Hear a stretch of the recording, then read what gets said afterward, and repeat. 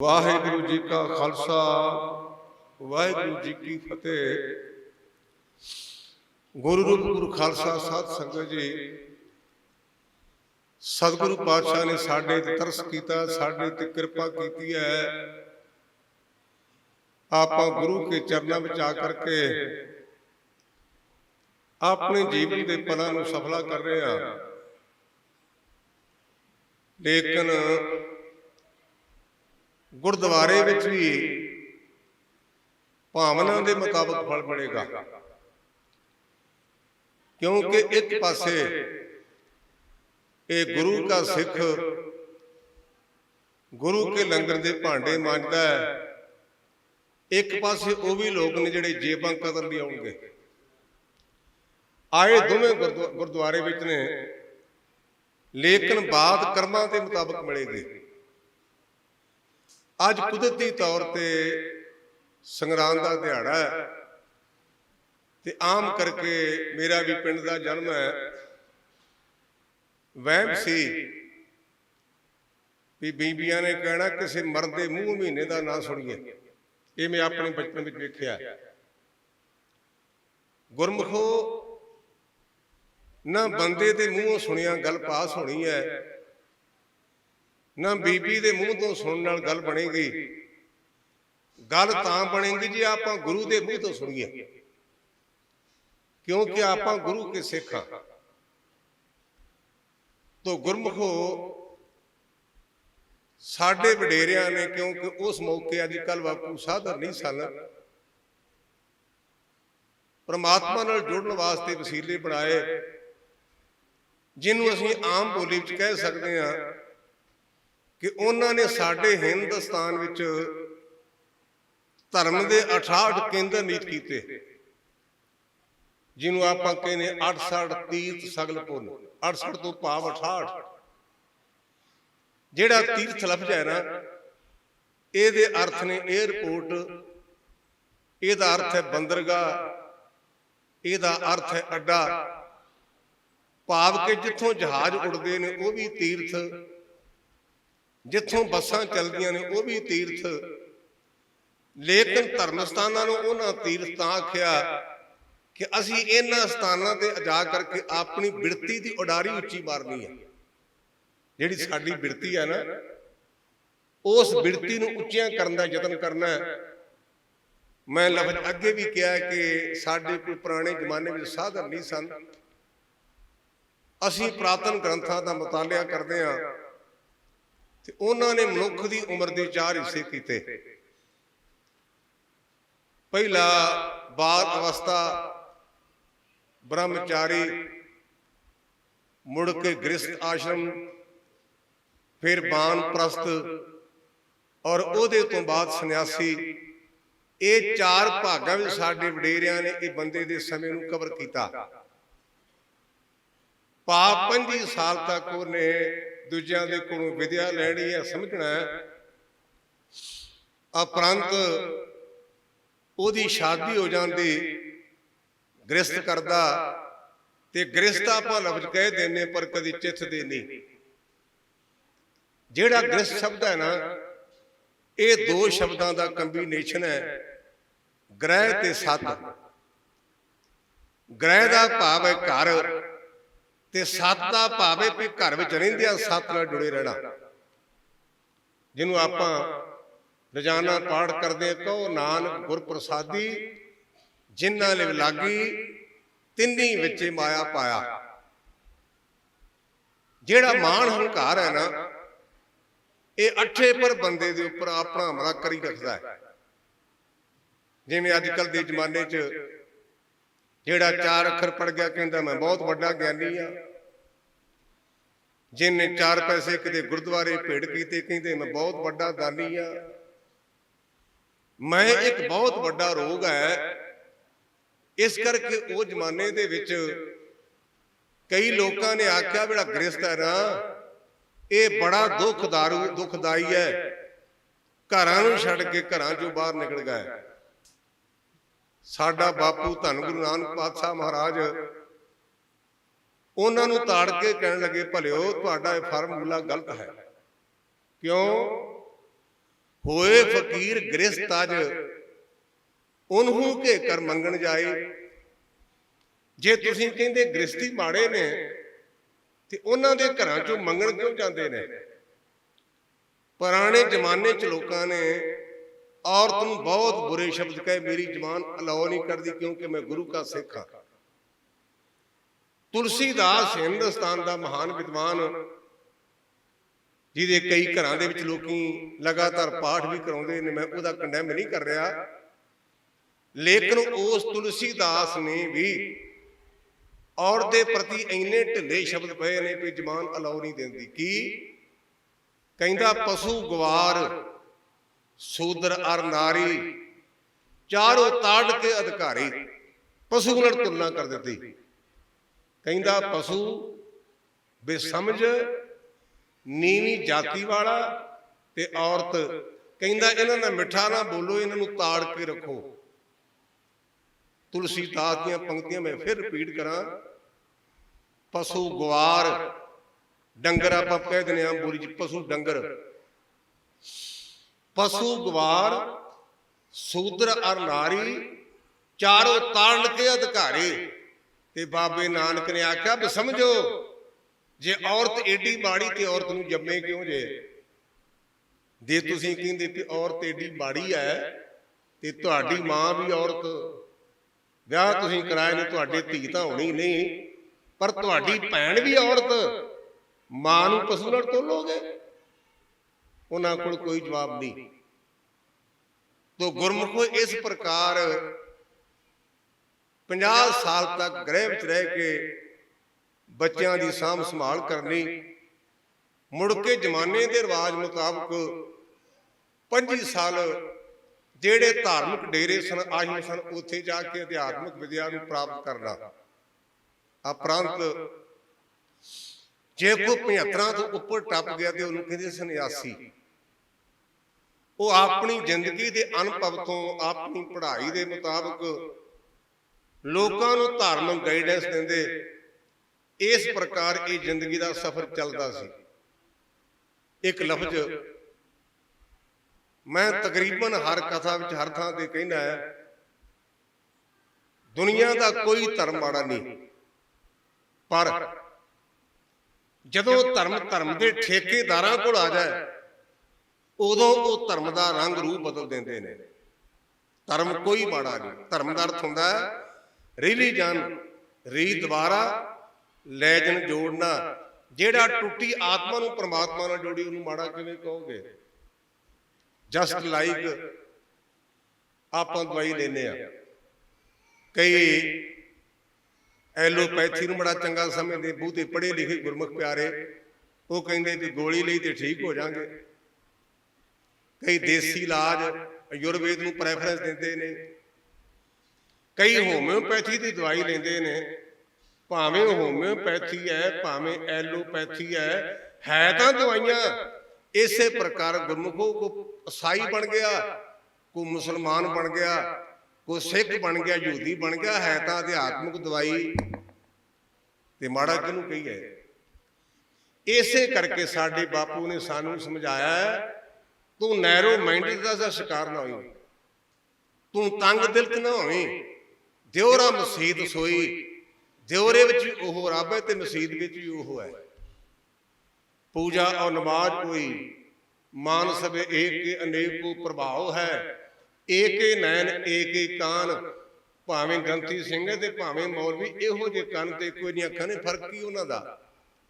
ਏਕੇ ਨੈਣ ਏਕੇ ਕਾਨ, ਏਕੇ ਦੇ ਏਕੇ ਬਾਨ, ਖਾਕ ਬਾਦ ਆਦਸ਼ਾਹ ਉਹ ਆਪ ਕੁਰ ਲਾਓ ਹੈ। ਕੋਈ ਭਇਓ ਮੁੰਡਿਆ, ਕੋ ਜੋਗੀ ਸੰਨਿਆਸੀ ਭਇਓ, ਕੋ ਬ੍ਰਹਮਚਾਰੀ, ਕੋ ਜਤੀ ਅਨੁਮਾਨ ਬੋ। ਹਿੰਦੂ ਤੁਰ ਕੋਈ ਰਾਫਜੀ ਇਮਾਮ ਸ਼ਾਫੀ, ਮਾਨਸ ਕੀ ਜਾਤ ਸਭ ਏਕੇ ਪਛਾਨ ਬੋ। ਕਿਸੇ ਨੇ ਮੁੰਡਿਆ ਖਵਾ ਲਿਆ, ਕਿਸੇ ਸੰਨਿਆਸੀ ਖਵਾ ਲਿਆ, ਹੈ ਤਾਂ ਸਾਰੇ ਮਨੁੱਖੀ ਨਾ। ਇਸ ਪ੍ਰਕਾਰ ਗੁਰਮੁਖੋ ਜਿਹੜੀ ਅਧਿਆਤਮਿਕ ਸਿਹਤ ਸੀ ਨਾ, ਮੈਂ ਬੇਨਤੀ ਕਰਨ ਲੱਗਾ ਸਾਂ, ਹੁਣ ਆਪਾਂ ਕਾਰੋਬਾਰ ਵੀ ਕਰਨੇ ਆ, ਬੱਚਿਆਂ ਦੀ ਪਾਲਣਾ ਵੀ ਕਰਨੀ ਹੈ, ਸਾਡੀਆਂ ਲੋੜਾਂ ਵੀ ਹਨ, ਲੇਕਿਨ ਜਿਹਨੇ ਪੈਦਾ ਕੀਤਾ ਉਹਨੂੰ ਚੇਤੇ ਵੀ ਕਰਨਾ ਹੈ ਇਸ ਕਰਕੇ ਉਹਨਾਂ ਨੇ ਸਾਡੇ ਵਡੇਰਿਆਂ ਨੇ 3 ਦਿਨ ਚੋਣ ਲੈ। ਮੈਂ ਕਲੱਬ 'ਚ ਬਾਰ-ਬਾਰ ਕਹਿ ਰਿਹਾ, ਉਸ ਮੌਕੇ ਅੱਜ ਕੱਲ੍ਹ ਵਾਕੂ ਐਜੂਕੇਸ਼ਨ ਨਹੀਂ ਸੀ, ਅੱਜ ਕੱਲ੍ਹ ਵਾਕੂ ਸਾਧਨ ਨਹੀਂ ਸਨ। ਜਿੱਦਣ ਪੂਰਾ ਚੰਦਰਮਾ ਚੜ੍ਹਿਆ ਉਹਨੂੰ ਕਹਿ ਦਿੱਤਾ ਪੂਰਨਮਾਸ਼ੀ। ਉਦੋਂ ਉਹਨਾਂ ਜਾਣਾ ਤੇ ਅਧਿਆਤਮਕ ਪੁਰਸ਼ਾਂ ਨੇ ਆਪਣੇ ਅਨੁਭਵ ਦੇ ਮੁਤਾਬਕ ਕੁਝ ਸਿੱਖਿਆ ਦੇਣੀ।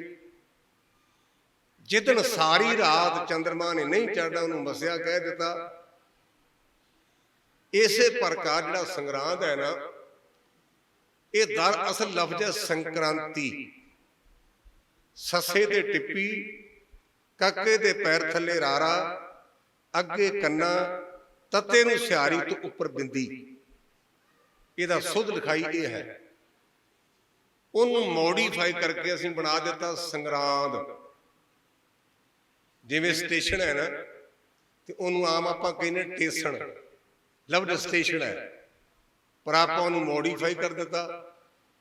ਲਫ਼ਜ਼ ਅੰਗਰੇਜ਼ੀ ਦਾ ਪ੍ਰੋਗਰਾਮ, ਆਪਾਂ ਉਹਨੂੰ ਪ੍ਰੋਗਰਾਮ ਬਣਾ ਦਿੱਤਾ। ਅੰਗਰੇਜ਼ੀ ਵਿੱਚ ਪ੍ਰੋਗਰਾਮ ਨਹੀਂ ਬੋਲਿਆ, ਪ੍ਰੋਗਰਾਮ ਕਹਿੰਦੇ ਹਨ। ਇਸੇ ਪ੍ਰਕਾਰ ਗੁਰਮੁਖੋ ਜਿਹੜੇ 27 ਨਛੱਤਰ ਨੇ ਸਾਡੇ ਹਿੰਦੁਸਤਾਨ 'ਚ, ਜਿਹੜੇ ਐਸਟ੍ਰੋਲੋਜਰ ਨੇ ਜੋਤਿਸ਼ ਦੇ ਖਿਆਲ ਮੁਤਾਬਕ 27 ਨਛੱਤਰ ਨੇ, ਤੇ 27 ਨਛੱਤਰਾਂ ਦੇ 4-4 ਦਿਨ ਨੇ, ਔਰ ਉਹਦੇ 108 ਦਿਨ ਬਣਦੇ ਨੇ। ਉਹਦੇ ਮੁਤਾਬਕ ਕਈ ਲੋਕ ਅਠੋਤਰੀ ਮਾਲਾ ਵੀ ਫੇਰਦੇ ਹਨ, ਗ੍ਰਹਿ ਵਿਚਾਰ। ਜਿਹੜਾ ਸੰਗਰਾਂਦ ਲਫ਼ਜ਼ ਹੈ ਨਾ, ਇਹਦਾ ਅਰਥ ਹੈ 12 ਰਾਸ਼ਾਂ ਹਨ। ਇੱਕ ਰਾਸ਼ੀ ਦੇ ਵਿੱਚੋਂ ਜਦੋਂ ਸੂਰਜ ਦੂਜੀ ਰਾਸ਼ੀ ਵਿੱਚ ਚਲਾ ਜਾਏ ਉਹਨੂੰ ਕਹਿੰਦੇ ਸੰਕ੍ਰਾਂਤੀ। ਹੋਰ ਇਹਦਾ ਕੋਈ ਮਤਲਬ ਨਹੀਂ। ਉਸ ਦਿਨ ਜਿਹੜੇ ਅਧਿਆਤਮਿਕ ਪੁਰਸ਼ ਹਨ ਉਹ ਆਪਣੇ ਪ੍ਰਾਤਨ ਗ੍ਰੰਥਾਂ ਦੇ ਮੁਤਾਬਕ ਅਨੁਭਵ ਜਿਗਿਆਸੂ ਨਾਲ ਸਾਂਝਾ ਕਰਦੇ, ਉਹਨਾਂ ਦੇ ਜੀਵਨ ਨੂੰ ਸੇਧ ਦਿੰਦੇ। ਇਸੇ ਤਰ੍ਹਾਂ ਇੱਕ ਲੋੜਵੰਦ ਪੰਡਿਤ ਕਹਿ ਲਓ, ਉਹਨੂੰ ਬ੍ਰਾਹਮਣ ਕਹਿ ਲਓ, ਉਹਨਾਂ ਦੀ ਕੋਈ ਜਾਤੀ ਨਹੀਂ।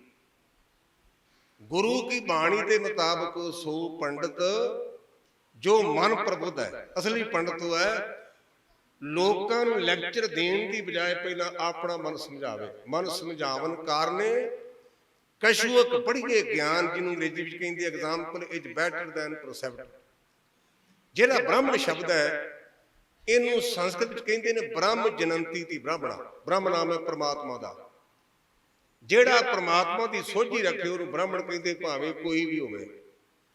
ਜਿਹਨੂੰ ਗੁਰਬਾਣੀ ਚ ਪਾਤਸ਼ਾਹ ਨੇ ਉਹਨੂੰ ਫਰਮਾਇਆ, ਗੁਰੂ ਅਮਰਦਾਸ ਮਹਾਰਾਜ ਨੇ, ਬ੍ਰਹਮ ਬਿੰਦੇ, ਬਿੰਦੇ ਨਾਮ ਹੈ ਜਾਣਨ ਦਾ, ਬ੍ਰਹਮ ਬਿੰਦੇ ਤਿਸ ਦਾ ਬ੍ਰਹਿ ਮਤ ਰਹੇ, ਏਕ ਸ਼ਬਦ ਲਿਵ ਲਾਏ। ਭਾਵ ਕੇਵਲ ਤੇ ਕੇਵਲ ਇਹ ਗੁਰੂ ਦੇ ਉਪਦੇਸ਼ ਨਾਲ ਜੁੜਨ ਦਾ ਯਤਨ ਕਰੇ। ਏਕ ਸ਼ਬਦ ਲਿਵ ਲਾਏ। ਤੁਸੀਂ ਹੱਸੋ ਕਿਉਂਕਿ ਮੇਰਾ ਮਹਿਕਮਾ ਕਥਾ ਦਾ ਗੱਲਾਂ ਚੋਂ ਗੱਲਾਂ ਬਣਾਉਣੀਆਂ। ਮੈਂ ਟਾਂਡੇ ਵਾਲਾ ਪੁਲ ਲੰਘਿਆ ਨਾ, ਅੱਜ ਦੀ ਗੱਲ ਜੇ, ਇੱਕ ਸਰਦਾਰ ਦੀ ਮੈਂ 3 ਵੀਲਰ ਵੇਖਿਆ, ਉੱਪਰ ਲਿਖਿਆ ਮੇਰੀ ਪੀੜ ਦੇ ਮਾਲ ਗੁਰੂ ਹਰਗੋਬਿੰਦ ਸੱਚੇ ਪਾਤਸ਼ਾਹ, ਥੱਲੇ ਲਿਖਿਆ ਬਾਬਾ ਜਾਨੀ ਸ਼ਾਹ ਦੀ ਜਾ। ਅੱਜ ਦੀ ਗੱਲ ਜੇ, ਆਉਂਦਿਆਂ ਦੀ ਖਬਰ। ਮੈਂ ਆਪਣੇ ਸੁਭਾਅ ਦੇ ਮੁਤਾਬਕ ਆਖਿਆ ਵੀ ਇਹਨੂੰ ਕਿਹਦਾ ਸਿੱਖ ਵਾ। ਜਦੋਂ ਮੈਂ ਲੰਘਾ ਨਾ ਪੁਲ ਲੰਘਣ, ਤੇ ਪੁਲ ਦੇ ਥੱਲਿਓਂ ਦੀ ਪਰਲੇ ਪਾਸੇ ਨੂੰ 3 ਵੀਲਰ ਜਾ ਰਿਹਾ ਸੀ, ਸ਼ਾਇਦ ਹੋਵੇ ਕਦੇ ਹੀ ਉੱਥੇ ਹੋਣਾ, ਮੇਰੇ ਕੋਲ ਹੋਣਾ। ਉੱਤੇ ਲਿਖਿਆ ਸ੍ਰੀ ਗੁਰੂ ਹਰਗੋਬਿੰਦ ਸੱਚੇ ਪਾਤਸ਼ਾਹ ਮੇਰੀ ਪੀੜ ਦੇ ਬਾਲਕ, ਤੇ ਥੱਲੇ ਲਿਖਿਆ ਬਾਬਾ ਜਾਨੀ ਸ਼ਾਹ ਦੀ ਜਾਏ। ਤੇ ਮੈਂ ਕਿਹਾ ਕਿਹੋ ਜਿਹਾ ਬੰਦਾ ਹੈ ਜਿਹਦਾ ਗੁਰੂ ਇੱਕ ਨਹੀਂ, ਜਿਹਦਾ ਇੱਕ ਤੇ ਅਕੀਦਾ ਨਹੀਂ, ਉਹਦਾ ਬੇੜਾ ਬੰਨੇ ਨਹੀਂ ਜੋੜਾ। ਲੋੜ ਇੱਕ ਦੀ ਹੈ। ਗੁਰੂ ਸਾਡੇ ਤੇ ਮਿਹਰ ਕਰੇ। ਤੋ ਗੁਰਮੁਖੋ ਗੁਰੂ ਕੇ ਦਰਬਾਰ ਵਿੱਚ ਬੇਅੰਤ ਸੰਗਤਾਂ ਆਉਂਦੀਆਂ। ਇੱਕ ਪੰਡਿਤ ਬੇਨਤੀ ਕਰਨ ਲੱਗਾ ਸੀ, ਬ੍ਰਹਮ ਬਿੰਦੇ ਤਿਸ ਦਾ ਬ੍ਰਹਿ ਮਤ ਰਹੇ। ਜਿਹੜਾ ਬ੍ਰਹਮ ਨੂੰ ਜਾਣਦਾ ਨਾ, ਅਸਲੀ ਬ੍ਰਹਮ, ਤੇ ਚਾਹੀਦਾ ਕਿ ਏਕ ਸ਼ਬਦ ਲਿਵ ਲਾਏ। ਗੁਰੂ ਦੇ ਸ਼ਬਦ ਦੇ ਨਾਲ ਆਪਣੀ ਬਿਰਤੀ ਨੂੰ ਜੋੜੇ ਤੇ ਕੀ ਹੋਏਗਾ? ਨਵ ਨਿਧੀ 18 ਸਿੱਧੀ, ਪਿੱਛੇ ਲੱਗੀਆਂ ਫਿਰੇ ਜੋ ਹਰ ਹਿਰਦੇ ਸਦਾ ਵਸਾਏ। ਜਿਨ੍ਹਾਂ ਦੇ ਹਿਰਦੇ 'ਚ ਵਾਹਿਗੁਰੂ ਵਸ ਗਿਆ ਨਾ, ਇਹ ਪਦਾਰਥ ਉਹਨਾਂ ਦੇ ਮਗਰ ਮਗਰ ਆਉਂਦੇ, ਉਹ ਪਦਾਰਥਾਂ ਦੇ ਮਗਰ ਨਹੀਂ ਜਾਂਦੇ। ਜਿਹੜੇ ਪਦਾਰਥ ਨੇ ਨਾ ਮਗਰ ਮਗਰ ਆਉਂਦੇ ਨੇ। ਅੱਜ ਗੱਲ ਤਾਂ ਵਿਗੜੀ, ਅਸੀਂ ਉਹਨੂੰ ਛੱਡ ਕੇ ਇਹਦੇ ਮਗਰ ਪੈ ਗਏ। ਜੇ ਉਹਦੇ ਮਗਰ ਲੱਗੇ ਨਾ, ਇਹ ਮਗਰ ਮਗਰ ਆਉਣਗੇ। ਗੁਰੂ ਸਾਨੂੰ ਸੰਤੋਖ ਦੇ ਦੇ। ਇੱਕ ਪੰਡਿਤ ਬਟਾਲੇ ਦਾ ਰਹਿਣ ਵਾਲਾ, ਉਹਦਾ ਨਾਂ ਲਿਖਿਆ ਹੈ। ਗੁਰੂ ਘਰ ਵਿੱਚ ਜਿਹੜਾ ਵੀ ਆਉਂਦਾ, ਜਿਸ ਭਾਵਨਾ ਨਾਲ ਉਹਦੀ ਮੁਰਾਦ ਪੂਰੀ ਹੁੰਦੀ ਹੈ। ਇਹਦੀਆਂ ਮੈਂ ਦੋ ਸਾਖੀਆਂ ਸਾਂਝੀਆਂ ਕਰਾਂ, ਸੁਭਾਵਕ ਮੇਰੇ ਦਿਮਾਗ 'ਚ ਆ ਗਈ। ਕੱਲਾ ਕਥਾ ਕਰਨ ਗੱਲ ਨਹੀਂ ਬਣਨੀ, ਜਿੰਨਾ ਚਿਰ ਕਥਾ ਨੂੰ ਸਮਝਿਆ ਨਾ ਤੇ ਕਥਾ ਤੇ ਚੱਲਿਆ ਨਾ। ਕੱਲਾ ਇਹ ਨਹੀਂ ਕਿ ਸਪੀਕਰ ਲਾ ਲਿਆ ਤੇ ਬਾਹਾਂ ਲਾ ਤੇ 4 ਪੈਸੇ ਪਾਏ ਡੱਬੇ 'ਚ ਘਰ ਨੂੰ ਤੁਰ ਗਿਆ, ਬਾਤ ਨਹੀਂ ਜੀ ਬਣਨੀ। ਕਥਾ ਨੂੰ ਕਰਨਾ, ਕਥਾ ਨੂੰ ਸਮਝਣਾ ਤੇ ਕਥਾ ਦੇ ਮੁਤਾਬਕ ਜੀਵਨ ਢਲੇ ਤੇ ਬੇੜਾ ਬੰਦੇ ਹੋਏਗਾ। ਗੁਰੂ ਅਰਜਨ ਦੇ ਸੱਚੇ ਪਾਤਸ਼ਾਹ ਮਹਾਰਾਜ ਦੇ ਸਮੇਂ ਇੱਕ ਨਿਤਾਨੰਦ ਨਾਮ ਦਾ ਬਟਾਲੇ ਦਾ ਰਹਿਣ ਵਾਲਾ ਪੰਡਤ ਕਥਾ ਕਰਦਾ ਸੀ। ਉਹਨੇ ਸੁਭਾਵਕ ਆਪਣੇ ਸੰਸਕਾਰਾਂ ਦੇ ਮੁਤਾਬਕ ਗੜ ਪੁਰਾਣ ਦੀ ਕਥਾ ਕੀਤੀ ਤੇ ਜੋ ਉਹਨੇ ਪੜ੍ਹਿਆ ਉਹਦੇ ਮੁਤਾਬਕ ਉਸ ਵੀਰ ਨੇ ਕਹਿ ਦਿੱਤਾ ਵੀ ਜਿਹੜੀ ਜੀਵ ਆਤਮਾ ਨਾ, ਇਹ 360 ਦਿਨਾਂ ਵਿੱਚ ਪਰਲੋਕ ਤੱਕ ਪਹੁੰਚਦੀ ਹੈ। 360 ਦਿਨਾਂ ਤੱਕ। ਉੱਥੇ 4 ਸਿੱਖਾਂ ਦਾ ਜ਼ਿਕਰ ਆਇਆ ਹੈ, ਭਾਈ ਮਈਆ, ਭਾਈ ਸੁੰਦਰ, ਭਾਈ ਲਾਲਾ ਤੇ ਭਾਈ ਨਿਹਾਲਾ। ਇਹ ਉਸ ਸੰਗਤ ਵਿੱਚ ਬੈਠੇ ਹੋਏ ਸਨ। ਜਦੋਂ ਉਸ ਪੰਡਤ ਨਿਤਾਨੰਦ ਨੇ ਕਿਹਾ ਨਾ ਵੀ ਜਿਹੜੀ ਜੀਵ ਆਤਮਾ ਇਹ 360 ਦਿਨਾਂ ਵਿੱਚ ਜਾਂਦੀ ਹੈ, ਤੇ ਜਿਹੜਾ ਮਈਆ ਸੀ ਉਹਨੇ ਸੁੰਦਰ ਦੇ ਮੋਢੇ ਤੇ ਹੱਥ ਰੱਖ ਕੇ ਆਖਿਆ ਵੀ ਕਿਉਂ ਟਾਈਮ ਬਰਬਾਦ ਕਰਦਾ ਹੈ, ਗੁਰੂ ਕੇ ਲੰਗਰ ਵਿੱਚ ਜਾ ਕੇ ਭਾਂਡੇ ਮਾਂਜ ਗਏ। ਇਹ 360 ਦਿਨਾਂ ਦੀ ਗੱਲ ਕਰਦਾ ਹੈ। ਮੇਰੇ ਤੇ ਗੁਰੂ ਦੀ ਕਿਰਪਾ, ਮੈਂ 4 ਪਹਿਰਾਂ ਵਿੱਚ ਆ ਤੇ ਜਾ ਸਕਦਾ ਹੀ। ਇਹ ਗੱਲ ਮਈਏ ਨੇ ਕਹੀ। ਜਦੋਂ ਮਈਏ ਨੇ ਗੱਲ ਕਹੀ ਨਾ, ਤੇ ਕਥਾ ਦੇ ਵਿੱਚ ਜਦੋਂ ਕੋਈ ਕਥਾ ਕਰਦਾ ਹੋਵੇ ਨਾ, ਤੇ ਸੰਗਤ ਚੋਂ ਬੰਦੇ ਗੱਲਾਂ ਕਰਨ, ਬੀਬੀਆਂ ਗੱਲਾਂ ਕਰਨ, ਤੇ ਉਹਦਾ ਮਨ ਦੀ ਇਕਾਗਰਤਾ ਟੁੱਟ ਜਾਂਦੀ। ਤੇ ਜਿੰਨਾ ਚਿਰ ਉਹਦਾ ਮਨ ਇਕਾਗਰ ਨਹੀਂ ਹੋਇਆ, ਦੂਜਿਆਂ ਦਾ ਕਿਵੇਂ ਹੋਏਗਾ।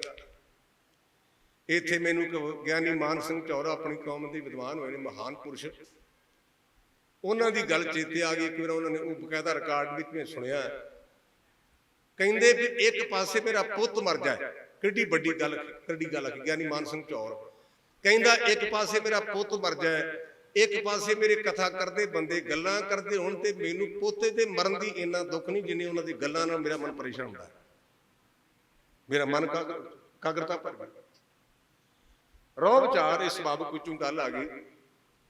ਜਦੋਂ ਮਈਆ ਨੇ ਕਿਹਾ ਨੇ ਵੀ ਗੁਰਦੇਵ ਕਿਰਪਾ ਕਰਨ ਤੇ ਮੈਂ 4 ਪਹਿਰਾਂ ਵਿੱਚ ਆ ਸਕਦਾ, ਤੇ ਸੁੰਦਰ ਨੇ ਆਖਿਆ ਭਲਿਆ 4 ਪਹਿਰ ਬੜੇ ਹੁੰਦੇ, ਗੁਰੂ ਕਿਰਪਾ ਕਰੇ ਤੇ ਮੈਂ 1 ਪਹਿਰ ਦੇ ਵਿੱਚ ਆ ਜਾ ਸਕਦਾ ਹੀ। ਮਈਏ ਦੀ ਗੱਲ ਨੂੰ ਸੁੰਦਰ ਨੇ ਟੋਕਿਆ। ਜਦੋਂ ਉਹ ਦੋਵੇਂ ਗੱਲਾਂ ਕਰਦੇ ਸੁਣੇ ਨਾ, ਤੇ ਪੰਡਤ ਨਿਤਾਨੰਦ ਚਕੰਨੇ ਹੋ ਕੇ ਉਹਨਾਂ ਵਾਲੇ ਪਾਸੇ ਵੇਖਣ ਲੱਗ ਪਏ। ਇਹ ਤਾਂ ਗੁਰੂ ਘਰ ਵਿੱਚ ਬੜੇ ਸਤਿਕਾਰਤ ਹਸਤੀਆਂ ਨੇ, ਇਹਨਾਂ ਦਾ ਬੜਾ ਮਾਨ ਸਨਮਾਨ ਹੈ, ਤੇ ਇਹਨਾਂ ਨੂੰ ਤਰੀਕਾ ਨਹੀਂ ਉਹਦਾ ਸੰਗਤ ਚ ਕਿਵੇਂ ਮਈਏ, ਜਿਹਨੂੰ ਆਪਾਂ ਮੈਨਰ ਕਹਿ ਦਿੰਦੇ ਅੱਜ ਕੱਲ। ਅਜੇ ਉਹਨਾਂ ਦੀ ਗੱਲ ਟੁੱਟੀ ਨਹੀਂ, ਤੇ ਪਿੱਛੋਂ ਲਾਲਾ ਕਹਿਣ ਲੱਗਿਆ ਮਈਆ 4 ਪਹਿਰ ਬਹੁਤ ਦੂਰ ਨੇ, ਸੁੰਦਰਾ 1 ਪਹਿਰ ਵੀ ਲੰਮਾ ਹੈ, ਗੁਰੂ ਮਿਹਰ ਕਰੇ ਮੈਂ 1 ਘੜੀ ਦੇ ਵਿੱਚ ਆ ਜਾ ਸਕਦਾ ਹਾਂ, 24 ਮਿੰਟ ਅੱਜ ਕੱਲ ਦੀ ਘੜੀ ਮੁਤਾਬਕ। ਉਹਨਾਂ ਤਿੰਨਾਂ ਦੀ ਗੱਲ ਸੁਣ ਕੇ ਭਾਈ ਨਿਹਾਲਾ ਕਹਿਣ ਲੱਗਾ ਭੋਲਿਓ ਕਿਹੋ ਜਿਹੀਆਂ ਗੱਲਾਂ ਕਰਦੇ ਹੋ, ਗੁਰੂ ਕਿਰਪਾ ਕਰੇ ਨਾ ਤੇ ਮੈਂ ਪਲ ਦੇ ਵਿੱਚ ਆ ਜਾ ਸਕਦਾ, ਪਲ ਦੇ ਵਿੱਚ ਹੀ। ਪੰਡਤ ਨੇ ਇੱਕਦਮ ਆਪਣੀ ਪੋਥੀ ਸੰਕੋਚ ਦਿੱਤੀ, ਤੇ ਗੁਰੂ ਅਰਜਨ ਦੇ ਸੱਚੇ ਪਾਤਸ਼ਾਹ ਆ ਕਹਿਣ ਲੱਗਾ ਪਾਤਸ਼ਾਹ ਠੀਕ ਸੀ, ਤੁਸੀਂ ਮੇਰੇ ਤੇ ਬੜੀ ਕਿਰਪਾ ਕੀਤੀ, ਮੈਨੂੰ ਸੇਵਾ ਬਖਸ਼ੀ ਕਥਾ ਦੀ, ਹੁਣ ਮੈਂ ਨਹੀਂ ਕਰਨੀ, ਕਿਉਂਕਿ ਤੁਹਾਡੇ ਸਿੱਖ ਕਥਾ ਦਾ ਸਤਿਕਾਰ ਨਹੀਂ ਕਰਦੇ ਤੇ ਸਗੋਂ ਉਲਟਾ ਬੇਪਤੀ ਕਰਦੇ ਨੇ। ਮੈਂ ਗੜ ਪ੍ਰਾਣ ਦੀ ਗੱਲ ਕੀਤੀ ਵੀ 360 ਦਿਨਾਂ ਵਿੱਚ ਜੀਵ ਆਤਮਾ ਜਾਂਦੀ, ਤੇ ਮੈਂ ਗਲਤ ਆਖਿਆ ਕੋਲੋਂ ਬਣਾਇਆ। ਸਤਿਗੁਰੂ ਪਾਤਸ਼ਾਹ ਹੱਸ ਕੇ ਕਹਿਣ ਲੱਗੇ ਕੋਈ ਗੱਲ ਨਹੀਂ ਪੰਡਿਤ ਜੀ, ਤੁਸੀਂ ਬੈਠੋ, ਆਪਾਂ ਬੁਲਾ ਲੈਂਦੇ, ਤੁਸੀਂ ਕਿਹੜੇ ਉਪਰੇ, ਉਹ ਵੀ ਆਪਣੇ ਨੇ। ਜਿਹੜੀ ਜਿਹੜੀ ਗੱਲ ਉਹਨਾਂ ਚੌਹਾਂ ਨੇ ਕੀਤੀ ਸੀ ਨਾ, ਭਾਈ ਮਈਏ ਨੇ 4 ਪੈਰ, ਭਾਈ ਸੁੰਦਰ ਨੇ 1 ਪੈਰ, ਭਾਈ ਲਾਲੇ ਨੇ 1 ਘੜੇ, ਭਾਈ ਨਿਆਲੇ ਨੇ ਆਖਿਆ ਸੀ ਪਲ ਵਿੱਚ, ਤੇ ਨਾਲ ਬਾਰ-ਬਾਰ ਚੌਂ ਨੇ ਆਖਿਆ ਗੁਰੂ ਕਿਰਪਾ ਕਰੇ। ਤੇ ਕਹਿਣ ਲੱਗੇ ਪੰਡਤਾ ਤੂੰ ਘੁੰਡੀ ਨਹੀਂ ਫੜੀ, ਤੂੰ ਇਉਂ ਕਰ, ਹੈ ਤਾਂ ਤੈਨੂੰ ਖੇਚਲ, ਕਿਉਂਕਿ ਜਿਹਨੇ ਸਾਰੀ ਜ਼ਿੰਦਗੀ ਸੇਵਾ ਕਰਾਈ ਉਹਨੂੰ ਆਪ ਕਰਨੀ ਬੜੀ ਔਖੀ ਹੁੰਦੀ ਹੈ। ਤੂੰ ਇਉਂ ਕਰ, ਤੂੰ 2 ਮਹੀਨੇ ਗੁਰੂ ਕੇ ਲੰਗਰ 'ਚ ਭਾਂਡੇ ਮਾਂਜ, ਫਿਰ ਆਪਾਂ ਵੇਖਾਂਗੇ। ਕਹਿਣ ਲੱਗਾ ਜੀ ਇਹ ਤਾਂ ਮੈਨੂੰ ਮਨਜ਼ੂਰ ਹੈ, ਪਰ ਮੈਨੂੰ ਇਹ ਦੱਸੋ ਇਹ ਸੱਚੇ ਕਿ ਮੈਂ ਸੱਚਾ ਹਾਂ? ਸਤਿਗੁਰੂ ਪਾਤਸ਼ਾਹ ਕਹਿੰਦੇ ਪੰਡਿਤ ਜੀ ਤੁਸੀਂ ਵੀ ਸੱਚੇ ਹੋ, ਉਹ ਵੀ ਸੱਚਾ ਹੈ। ਕਹਿਣ ਲੱਗਾ ਜੀ ਮੈਂ ਅੱਗੇ ਸੋਚਦਾ ਸੀ ਵੀ ਗੁਰੂ ਨੇ ਸਿੱਖਾਂ ਦਾ ਪੱਖ ਹੀ ਕਰਨਾ ਹੈ। ਮੈਂ ਤਾਂ ਪਹਿਲਾਂ ਸੋਚਦਾ ਸਾਂ ਵੀ ਭਾਵੇਂ ਅਸੀਂ ਕੁਝ ਵੀ ਆਖੀਏ ਗੁਰੂ ਨੇ ਸਿੱਖਾਂ ਦਾ ਪੱਖ ਕਰਨਾ। ਮੈਂ ਤਾਂ ਗ੍ਰੰਥ ਵਿੱਚੋਂ ਪੜ੍ਹਿਆ, ਗਰੜ ਪ੍ਰਾਣ ਚੋਂ, ਇਹਨਾਂ ਮੂੰਹ ਜ਼ਬਾਨੀ ਕਹਿਦਾ, ਤੁਸੀਂ ਕਹਿੰਦੇ ਵੀ ਇਹ ਵੀ ਸੱਚੇ ਨੇ। ਹਜੂਰ ਹੱਸ ਕੇ ਕਹਿਣ ਲੱਗੇ ਪੰਡਿਤ ਜੀ ਤੁਸੀਂ ਵਿਦਵਾਨ ਹੋ, ਇੰਨੀ ਗਰਮੀ ਨਹੀਂ ਕਰੀਦੀ, 2 ਮਹੀਨੇ ਭਾਂਡੇ ਮਾਂਜੇ, 2 ਮਹੀਨੇ। 2 ਮਹੀਨਿਆਂ ਤੋਂ ਬਾਅਦ ਜਦੋਂ ਗੁਰੂ ਪਾਤਸ਼ਾਹ ਲੰਗਰ ਜਾਏ ਤੇ ਪੰਡਤੈਨ ਆਪਣੇ ਰੰਗ ਵਿੱਚ ਮਸਤ ਹੈ, ਤੇ ਗੁਰੂ ਕੇ ਚਰਨਾਂ ਤੇ ਮੱਥਾ ਟੇਕਿਆ। ਕਹਿਣ ਲੱਗਾ ਪਾਤਸ਼ਾਹ ਹੁਣ ਗੱਲ ਬਣੀ ਹੈ, ਹੁਣ ਮੈਂ ਵੀ ਪਲ ਵਿੱਚ ਆ ਜਾ ਸਕਦਾ। ਗੁਰਦੇਵ ਕਹਿਣ ਲੱਗੇ ਏਡੀ ਛੇਤੀ ਬਿਆਨ ਬਦਲ ਦਿੱਤੇ? ਕਹਿਣ ਲੱਗਾ ਜੀ ਉਹਨਾਂ ਆਖਿਆ ਸੀ ਗੁਰੂ ਦੀ ਕਿਰਪਾ, ਮੈਨੂੰ ਇਹ ਗੱਲ ਸਮਝ ਨਹੀਂ ਸੀ ਪਈ, ਜਿਹੜਾ ਗੁਰੂ ਹੈ ਇਹਨ ਚੀਜ਼ਾਂ ਨੂੰ ਚੀਜ਼ ਬਣਾ ਦਿੰਦਾ ਹੈ। ਆਪਾਂ ਸਿੱਖ ਆ ਨਾ, ਜੇ ਕੋਈ ਤੁਹਾਨੂੰ ਪੁੱਛੇ ਵੀ ਤੁਹਾਨੂੰ ਗੁਰਦੁਆਰੇ ਚੋਂ ਕੀ ਮਿਲਦਾ ਹੈ, ਉੱਥੇ ਕੜਾਹ ਦੀ ਗੱਲ ਨਾ ਕਰਿਆ ਜੇ, ਉੱਥੇ ਘੁੰਗਣੀਆਂ ਤੇ ਸ਼ਰਬਤ ਦੀ ਗੱਲ ਨਾ ਕਰਿਆ ਜੇ, ਉੱਥੇ ਗੱਲ ਕਰਿਆ ਜੇ ਗੁਰਪ੍ਰਸਾਦ, ਅਸੀਂ ਗੁਰੂ ਦੀ ਕਿਰਪਾ ਲੈ ਕੇ ਆਉਂਦੇ।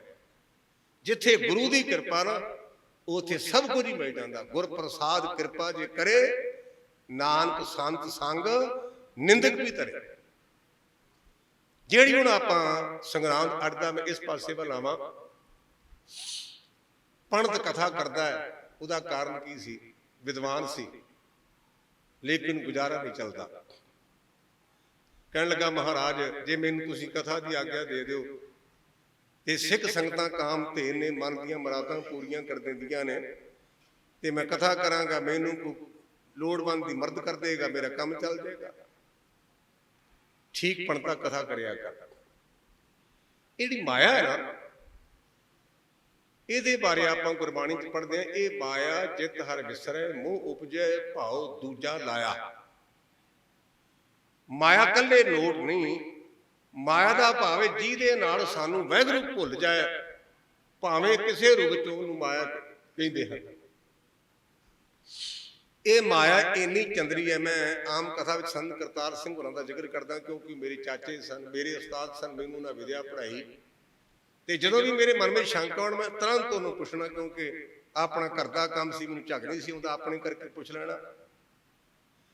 ਉਹਨਾਂ ਨੇ ਸਾਨੂੰ ਗੁਰਬਾਣੀ ਦੀ ਕਥਾ ਪੜ੍ਹਾਉਂਦਿਆਂ ਇੱਕ ਦਿਨ ਕਿਹਾ ਵੀ ਮਾਇਆ ਧਾਰੀ ਅਤ ਅੰਨਾ ਬੋਲਾ, ਸ਼ਬਦ ਨਾ ਸੁਣੀ ਬਰੋੜ ਕੁਝੋਲਾ। ਤੇ ਮੈਂ ਇੱਕਦਮ ਪੋਥੀ ਲੈ ਕਹਿਣ ਲੱਗਾ ਜੀ ਤੁਸੀਂ ਕਹਿੰਦੇ ਮਾਇਆ ਧਾਰੀ ਅਤ ਅੰਨਾ ਬੋਲਾ, ਤੇ ਮੈਂ ਤਾਂ ਵੇਖਿਆ ਚੰਗੇ ਭਲੇ ਉਹਨਾਂ ਦੀਆਂ ਅੱਖਾਂ ਨੇ ਕੰਮ ਕਰਦੀਆਂ, ਉਹਨਾਂ ਐਨਕਾਂ ਲਵਾਈਆਂ ਨੇ। ਉਹ ਮੈਨੂੰ ਕਹਿਣ ਲੱਗਾ ਵੀ ਤੂੰ ਮੁੰਡਿਆਂ ਵਾਲੀ ਗੱਲਾਂ ਕਰਿਆ ਕਰ। ਮੈਂ ਕਿਹਾ ਜੀ ਮੁੰਡਿਆਂ ਵਾਲੀ ਗੱਲ ਨਹੀਂ, ਤੁਸੀਂ ਸਾਨੂੰ ਪੜ੍ਹਾਇਆ ਵੀ ਮਾਇਆ ਵਾਲਾ ਅੰਨਾ ਹੋ ਜਾਂਦਾ, ਬੋਲਾ ਹੋ ਜਾਂਦਾ ਹੈ। ਮਾਇਆ ਵਾਲੇ ਬੰਦੇ ਗੱਲਾਂ ਵੀ ਸੁਣਦੇ ਨੇ, ਮਾਇਆ ਵਾਲੇ ਨੂੰ ਦਿਸਦਾ ਵੀ, ਤੇ ਅੰਨਾ ਬੋਲਾ ਕਿਵੇਂ ਹੋ ਗਿਆ? ਉਹ ਹੱਸ ਪਏ। ਮੈਨੂੰ ਕਹਿਣ ਲੱਗੇ, ਉਹਨਾਂ ਨੇ ਇੱਕ ਦ੍ਰਿਸ਼ਟਾਂਤ ਆਪਣੇ ਕੋਲੋਂ ਘੜਿਆ। ਕਹਿੰਦੇ ਇੱਕ ਬੰਦੇ ਨੂੰ ਅਹੁਦਾ ਮਿਲਣਾ ਸੀ, ਉਹਨੇ ਆਪਣੀ ਭੈਣ ਨੂੰ, ਆਪਣੀ ਭੂਆ ਨੂੰ ਸੁਨੇਹਾ ਭੇਜਿਆ ਵੀ ਭੈਣ ਜੀ ਮੈਂ ਫਲਾਣੇ ਅਹੁਦੇ ਤੇ ਬਹਿਣਾ ਪਰਸੋਂ, ਤੇ ਜਿਹਨੇ ਮਿਲਣਾ ਪਹਿਲਾਂ ਮਿਲ ਲਓ, ਮੁੜ ਕੇ ਮੈਂ ਅੰਨੇ ਤੇ ਬੋਲੇ ਹੋ ਜਾਣਾ। ਭੈਣ ਵੀ ਬੜੀ ਹੈਰਾਨ, ਭੂਆ ਵੀ ਬਰਹਾਨ ਵੀ ਚੰਗਾ ਇਹਨੂੰ ਅਹੁਦਾ ਮਿਲਣਾ, ਵੀ ਇਹਨੇ ਅੱਖਾਂ ਤੋਂ ਅੰਨੇ ਹੋਣਾ, ਪੈਰਾਂ ਤੋਂ ਬੋਲਾ, ਮਾਫ ਕਰਨਾ ਕੰਨਾਂ ਤੋਂ ਬੋਲਾ। ਉਹਨਾਂ ਨੇ ਗੱਲ ਨਾ ਗੋੜੀ, ਤੇ ਜਿੱਦਣ ਉਹਨੂੰ ਉਹ ਪਦਵੀ ਮਿਲ ਗਈ ਨਾ, ਅਗਲੇ ਦਿਹਾੜੇ ਭੂਆ ਭਤੀ ਇਕੱਠੀਆਂ ਹੋਈਆਂ, ਤੇ ਭੂਆ ਨੇ ਆਣ ਕੇ ਸਿਰ ਪਲੋਸਿਆ, ਕਹਿਣ ਲੱਗਾ ਬੁੱਢੀਏ ਪਰਾ, ਮੈਨੂੰ ਤੈਨੂੰ ਪਛਾਣ ਨਹੀਂ ਆਉਂਦੀ। ਉਹ ਕਹਿੰਦੀ ਕਿੱਡਾ ਬੇਵਕੂਫ ਹੈ ਵੀ ਮੈਂ ਇਹਦੇ ਪਿਓ ਦੀ ਭੈਣ ਤੇ ਕਹਿੰਦਾ ਮੈਂ ਪਛਾਣਦਾ ਨਹੀਂ। ਉਹ ਕਹਿੰਦੀ ਭਾਊ ਜੇ ਇਹਦੀ ਪਛਾਣ ਨਹੀਂ, ਮੈਂ ਤਾਂ ਕਹਿੰਦਾ ਹੋਵੇਗੀ ਕਿਸੇ ਦੀ ਭੈਣ, ਮੇਰੀ ਕੋਈ ਭੈਣ ਤੇ ਭੂਆ ਨਹੀਂ। ਇਹ ਗੱਲ ਤੁਹਾਨੂੰ ਮੇਰੀ ਬਿਲਕੁਲ ਔੜ ਤੇ ਗਲਤ ਜਾਪੇਗੀ। ਤੁਸੀਂ ਸਾਰੇ ਜਣੇ ਆਪਣੇ ਅੰਦਰ ਝਾਤੀ ਮਾਰੋ। ਸਾਡਾ ਰਿਸ਼ਤੇਦਾਰ ਜੇ ਅਮੀਰ ਹੈ ਤੇ ਤੁਸੀਂ ਉਹਨੂੰ ਕਹੋ ਮੇਰਾ ਮਾਸੜ ਲੱਗਦਾ, ਉਹਨੇ ਕਹਿਣਾ ਜੀ ਮੈਂ ਨਹੀਂ ਜਾਣਦਾ ਉਹਨਾਂ ਨੂੰ, ਤਜਰਬਾ ਕਰ ਲਿਆ ਜੇ। ਭੈਣ ਦੇ ਘਰ ਗਰੀਬ ਭਰਾ ਆਉਂਦਾ ਤੇ ਭੈਣ ਦੇ ਪੋਤੋ ਨੂੰ ਬੁਲਾ ਕੇ ਰਾਜੀ ਨੂੰ ਕਹਿੰਦੇ ਮਾਮਾ ਬਾਹਰ ਲੰਮਾ ਪੈ ਜਾ। ਤੇ ਜੇ ਮਾਂ ਦੇ ਪੇਕਿਆਂ ਦਾ ਬੰਦਾ ਅਮੀਰ ਹੈ, ਅਸੀਂ ਕਹਿੰਦੇ ਮੇਰਾ ਮਾਮਾ ਮਿਨਿਸਟਰ ਹੈ, ਜਦ ਕਿ ਅਸਲੀ ਮਾਮਾ ਗਰੀਬ ਸੀ। ਉਹਨਾਂ ਨੇ ਨਾਲ ਇੱਕ ਮੈਨੂੰ ਗੱਲ ਸਮਝਾਈ, ਕਹਿਣ ਲੱਗੇ ਪੁੱਤਰ ਅੰਨਾ ਬੋਲਾ ਨਹੀਂ ਮਾਇਆ, ਇਹੋ ਜਿਹੀ ਬੰਦਾ ਮਰ ਵੀ ਜਾਂਦਾ ਹੀ। ਮੈਂ ਕਿਹਾ ਚੰਗੀ ਪੜ੍ਹਾਈ ਮਰ ਜਾਂਦਾ? ਕਹਿੰਦੇ ਹਾਂ। ਕਹਿੰਦੇ ਬੰਦਾ ਆਕੜ ਜਾਏ ਨਾ ਤੇ ਆਪਾਂ ਕਹਿੰਦੇ ਮਰਿਆ। ਮੈਂ ਕਿਹਾ ਠੀਕ ਹੈ। ਕਹਿੰਦੇ ਬੰਦੇ ਕੋਲ ਮਾਇਆ ਆ ਜਾਏ ਤੇ ਬੰਦਾ ਆਕੜ ਜਾਂਦਾ, ਉਹਦੇ ਅੰਦਰੋਂ ਨੇਕੀ ਮਰ ਜਾਂਦੀ ਹੈ। ਸਾਹ ਭਾਵੇਂ ਲਈ ਜਾਂਦਾ ਪਰ ਉਹ ਜਿਉਂਦਾ ਵੀ ਮੁਰਦਾ ਹੈ। ਇਸੇ ਤਰ੍ਹਾਂ ਉਹ ਪੰਡਤ ਸੀ ਨਾ, ਉਹਨੇ ਕਥਾ ਕਰਨਾ, ਉਹਨੇ ਦੀ ਆਖਰਕਾਰ ਗੁਰੂ ਜਿਹੜਾ ਸਿੱਖ ਤਾਂ ਗੁਰੂ ਦੇ ਨਾਲ ਜੁੜਿਆ ਨਾ, ਗਿਆਨੀ ਦਾ ਸਿੱਖ ਥੋੜਾ, ਪੰਡਤ ਦਾ ਸਿੱਖ ਥੋੜਾ। ਹੁਣ ਸਿੱਖਾਂ ਨੇ ਗੁਰੂ ਪਾਤਸ਼ਾਹ ਨੂੰ ਮੱਥਾ ਟੇਕਣਾ ਤੇ ਪੰਡਤ ਦੇ ਮਨ ਵਿੱਚ ਈਰਖਾ ਕਰਨ ਲੱਗਾ, ਕਥਾ ਮੈਂ ਕਰਦਾ ਤੇ ਮੱਥਾ ਗੁਰੂ ਨੂੰ ਟੇਕੀ ਜਾਂਦੇ ਨੇ। ਜਿਹੜੀ 12 ਮਾਹ ਨਾ ਅੱਜ ਇਹਦੀ ਭੂਮਿਕਾ ਮੈਂ ਬੇਨਤੀ ਕਰ ਰਿਹਾ। ਮੈਨੂੰ ਉੱਤੇ 36 ਸਾਲ ਹੋ ਗਏ ਮੰਜੀ ਸਾਹਿਬ ਕਥਾ ਕਰਦੇ ਨੇ। ਉਹ ਕਥਾ ਕਰਨਾ ਹੈ, ਉਦੋਂ ਚੇਤਨ ਦੀ ਸੰਗਰਾਂਦ ਸੀ। ਤੁਸੀਂ ਦਰਬਾਰ ਸਾਹਿਬ ਜਾਂਦੇ ਹੋ, ਜਿੱਥੇ ਮੰਜੀ ਸਾਹਿਬ ਹਾਲ ਦੇ ਇਸ ਪਾਸੇ ਖੱਬੇ ਪਾਸੇ ਇੱਕ ਨਿੱਕਾ ਜਿਹਾ ਸੰਗਮਰਮਰ ਦਾ ਮੰਜੀ ਸਾਹਿਬ ਬਣਿਆ ਹੁਣ ਵੀ, ਉਹ ਜਗ੍ਹਾ ਇਤਿਹਾਸਕ ਹੈ। ਉਹਦਾ ਇਤਿਹਾਸ ਇਹ ਹੈ, ਜਿੱਦਣ ਚੇਤਰ ਦੀ ਸੰਗਰਾਂਦ ਆਈ ਤੇ ਪੰਡਤ ਕਹਿੰਦਾ ਮੈਂ ਕਥਾ ਨਹੀਂ ਕਰਨੀ। ਬਾਬਾ ਬੁੱਢਾ ਜੀ ਕਹਿਣ ਲੱਗੇ ਪੰਡਤ ਜੀ ਕੀ ਗੱਲ ਹੋਈ ਭਾਈ, ਕਥਾ ਕਿਉਂ ਨਹੀਂ ਕਰਨੀ? ਕਹਿੰਦਾ ਜੀ ਕਥਾ ਮੈਂ ਕਰਾਂ ਤੇ ਮੱਥਾ ਗੁਰੂ ਨੂੰ ਟੇਕੋ, ਇਹ ਜੇ ਗੱਲ ਨਹੀਂ ਜੇ ਬਣਨੀ, ਮੈਨੂੰ ਮੱਥਾ ਟੇਕਣਾ ਪਏਗਾ। ਬਾਬਾ ਬੁੱਢਾ ਜੀ ਕਹਿਣ ਲੱਗੇ ਸਾਡਾ ਸਿਰ ਤਾਂ ਲੈ ਸਕਦਾ ਪਰ ਝੁਕੇਗਾ ਗੁਰੂ ਅੱਗੇ ਹੀ। ਜਿਹੜਾ ਸਿੱਖ ਹੈ ਨਾ, ਮੈਨੂੰ ਤੁਹਾਡਾ ਤਾਂ ਪਤਾ ਨਹੀਂ, ਮੈਂ ਜਿੰਨੀ ਵਾਰ ਵੀ ਗੁਰੂ ਗ੍ਰੰਥ ਸਾਹਿਬ ਪਾਤਸ਼ਾਹ ਨੂੰ ਮੱਥਾ ਟੇਕਦਾ ਨਾ, ਇੱਕੋ ਇੱਕ ਬੇਨਤੀ ਕਰਦਾ, ਪਾਤਸ਼ਾਹ ਇਹ ਸਿਰ ਤੇਰੀ ਅਮਾਨਤ ਹੈ, ਇਹ ਕੇਵਲ ਤੇ ਕੇਵਲ ਤੇਰੇ ਅੱਗੇ ਝੁਕੇ। ਜੇ ਕਿਸੇ ਹੋਰ ਅੱਗੇ ਝੁਕਣਾ ਤੇ ਮੇਰੀ ਜਾਨ ਕੱਢ ਲਈ, ਮੈਨੂੰ ਇੱਕ ਸਵਾਸ ਨਹੀਂ ਚਾਹੀਦਾ। ਮੈਂ ਮੇਰੀ ਇੱਕੋ ਡਿਮਾਂਡ ਗੁਰੂ ਗ੍ਰੰਥ ਸਾਹਿਬ ਪਾਤਸ਼ਾਹ ਕੋਲ ਜਿੰਨੀ ਵਾਰ ਮੱਥਾ ਮੈਂ ਟੇਕਦਾ ਨਾ, ਇੱਕੋ ਗੱਲ ਕਹਿਣਾ ਵੀ ਪਾਤਸ਼ਾਹ ਜਿੰਨਾ ਚਿਰ ਪ੍ਰਾਣ ਬਖਸ਼ੇ ਨੇ ਉਹਨਾਂ ਚਿਰ ਤੇਰੇ ਨਾਲ ਜੁੜਿਆ ਰਵਾਂ, ਤੇਰੀ ਬੰਦਗੀ ਕਰਾਂ, ਤੇਰੇ ਗੁਣ ਗਾਵਾਂ। ਜਿੱਦਣ ਪ੍ਰਾਣ ਨਿਕਲਣ ਮੈਨੂੰ ਚਰਨਾਂ 'ਚ ਥਾਂ ਦੀ ਮੇਰੀ ਹੋਰ ਕੋਈ ਮੰਗ ਨਹੀਂ। ਕਿਉਂ? ਬਿਨ ਤੁਧ ਹੋਰ ਜੇ ਮੰਗਣਾ ਸਿਰ ਦੁੱਖਾਂ ਕੇ ਦੁੱਖ, ਤੇਰੇ ਤੋਂ ਬਿਨਾਂ ਹੋਰ ਹੈ ਵੀ ਕੀ ਹੈ। ਮੁੱਕ ਦੀ ਗੱਲ, ਉਹ ਪੰਡਤ ਕਹਿੰਦਾ ਮੈਂ ਕਥਾ ਨਹੀਂ ਕਰਨੀ। ਭਾਈ ਗੁਰਦਾਸ ਨੇ ਵੀ ਸਮਝਾਇਆ, ਨਾ ਸਮਝਿਆ। ਆਖਰਕਾਰ ਬਾਬਾ ਬੁੱਢਾ ਸਾਹਿਬ ਨੇ ਜਾ ਕੇ ਬੇਨਤੀ ਕੀਤੀ, ਪਾਤਸ਼ਾਹ ਸਾਨੂੰ ਜਿਵੇਂ ਬਾਕੀ ਦੇ ਕੰਮਾਂ ਤੋਂ ਸੁਤੰਤਰ ਕਰਾਇਆ ਜਾਏ, ਕਰਮ ਕਾਂਡਾਂ ਤੋਂ ਬਾਹਰ ਕੱਢਿਆ ਜੇ, ਤੇ ਕਿਰਪਾ ਕਰੋ 12 ਮਾਹ ਦੀ ਬਾਣੀ ਵਿਚਾਰੋ। ਗੁਰੂ ਪੰਚਮ ਪਾਤਸ਼ਾਹ ਕਹਿਣ ਲੱਗੇ ਬੁੱਢਾ ਜੀ ਤੁਸੀਂ ਸਿਆਣੇ ਹੋ, ਬਾਣੀ ਦੇ ਤੁਸੀਂ ਬੋਧ ਹੈ ਤੁਹਾਨੂੰ, ਤੇ 12 ਮਾਹ ਦੀ ਬਾਣੀ ਤਾਂ ਗੁਰੂ ਨਾਨਕ ਪਾਤਸ਼ਾਹ ਨੇ ਤਖਾਰੀ ਰਾਗ ਉਚਾਰਨ ਕੀਤੀ, 12 ਮਾਹ ਨਹੀਂ। ਕਹਿਣ ਲੱਗਾ ਜੀ ਤੁਸੀਂ ਬੜੀ ਕਿਰਪਾ ਕੀਤੀ ਹੈ, ਦਾਸ ਨੂੰ ਸਮਝਾ ਦਿੱਤਾ 12 ਮਾਹ ਦੀ ਬਾਣੀ ਹੈ, ਪਰ ਸਾਡੀ ਬੁੱਧੀ ਇੰਨੀ ਬਰੀਕ ਨਹੀਂ ਕਿ ਅਸੀਂ ਉਹਨਾਂ ਗੋਰ ਸ਼ਬਦਾਂ ਨੂੰ ਸਮਝ ਸਕੀਏ, ਉਹ ਬੜੀ ਗੂੜ ਹੈ। ਮੈਂ ਬੇਨਤੀ ਕਰਾਂਗਾ ਕਿ ਤੁਸੀਂ ਸਾਡੀ ਭਾਸ਼ਾ ਦੇ ਵਿੱਚ ਜਿਹਨੂੰ ਕਹਿੰਦੇ ਅਨੁਵਾਦ ਕਰਕੇ ਸਰਲ ਰੂਪ ਵਿੱਚ ਸਾਨੂੰ ਇਹ ਬਾਣੀ ਸੁਣਾਓ। ਤਾਂ ਬਾਬਾ ਬੁੱਢਾ ਜੀ ਦੀ ਬੇਨਤੀ ਨੂੰ ਸਵੀਕਾਰ ਕਰਕੇ ਚੇਤ ਦੀ ਸੰਗਰਾਂਦ ਨੂੰ ਮੰਜੀ ਸਾਹਿਬ ਵਾਲੀ ਥਾਂ ਤੇ ਗੁਰੂ ਪਾਤਸ਼ਾਹ ਮਹਾਰਾਜ ਨੇ ਇਹ 12 ਮਾਹ ਦੀ ਪਾਵਨ ਬਾਣੀ ਉਚਾਰਨਾ ਕੀਤੀ। ਇਹਦੀਆਂ 14 ਪੌੜੀਆਂ ਨੇ। ਜਿਹੜੀ ਪਹਿਲੀ ਪੌੜੀ ਹੈ ਨਾ, ਵਿਦਵਾਨਾਂ ਦੇ ਮੁਤਾਬਕ ਉਹਨੂੰ ਅਸੀਂ ਕਹਿੰਦੇ ਮੰਗਲ। ਕੋਈ ਵੀ ਕਰਮ ਕਰਨਾ ਹੋਵੇ, ਜਿਹੜੇ ਅਸੀਂ ਆਪਣੇ ਇਸ਼ਟ ਦੀ, ਆਪਣੇ ਗੁਰੂ ਦੀ, ਆਪਣੇ ਮੁਰਸ਼ਿਦ ਦਾ ਸਤਿਕਾਰ ਕਰਦੇ ਹਾਂ, ਵਡਿਆਈ ਕਰਦੇ, ਉਹਨੂੰ ਮੰਗਲ ਕਿਹਾ ਜਾਂਦਾ। ਇਸੇ ਤਰ੍ਹਾਂ ਇਹਦੇ ਚ ਮੰਗਲ ਹੈ, ਕਿਰਤ ਕਰਮ ਕੇ ਵਿਛੜੇ ਕਰ ਕਿਰਪਾ ਮੇਲੋ ਰਾਮ, ਚਾਰ ਕੁੰਟ ਦਹਿ ਦਿਸ ਭ੍ਰਮੇ ਥੱਕ ਆਏ ਪ੍ਰਭ ਕੀ ਸਾਵ। ਪਾਤਸ਼ਾਹ ਆਪਣੀ ਕਿਰਤ ਕਰਕੇ, ਆਪਣੇ ਕਰਮਾਂ ਕਰਕੇ ਤੇਰੇ ਨਾਲ ਵਿਛੜੇ ਆ।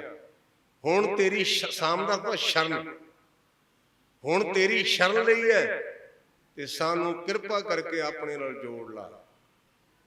10 ਦਿਸ਼ਾਵਾਂ ਵਿੱਚ ਭੜਕੇ ਵੇਖ ਲਿਆ, ਗੱਲ ਨਹੀਂ ਬਣੀ। ਕਿਉਂ ਨਹੀਂ ਬਣੀ?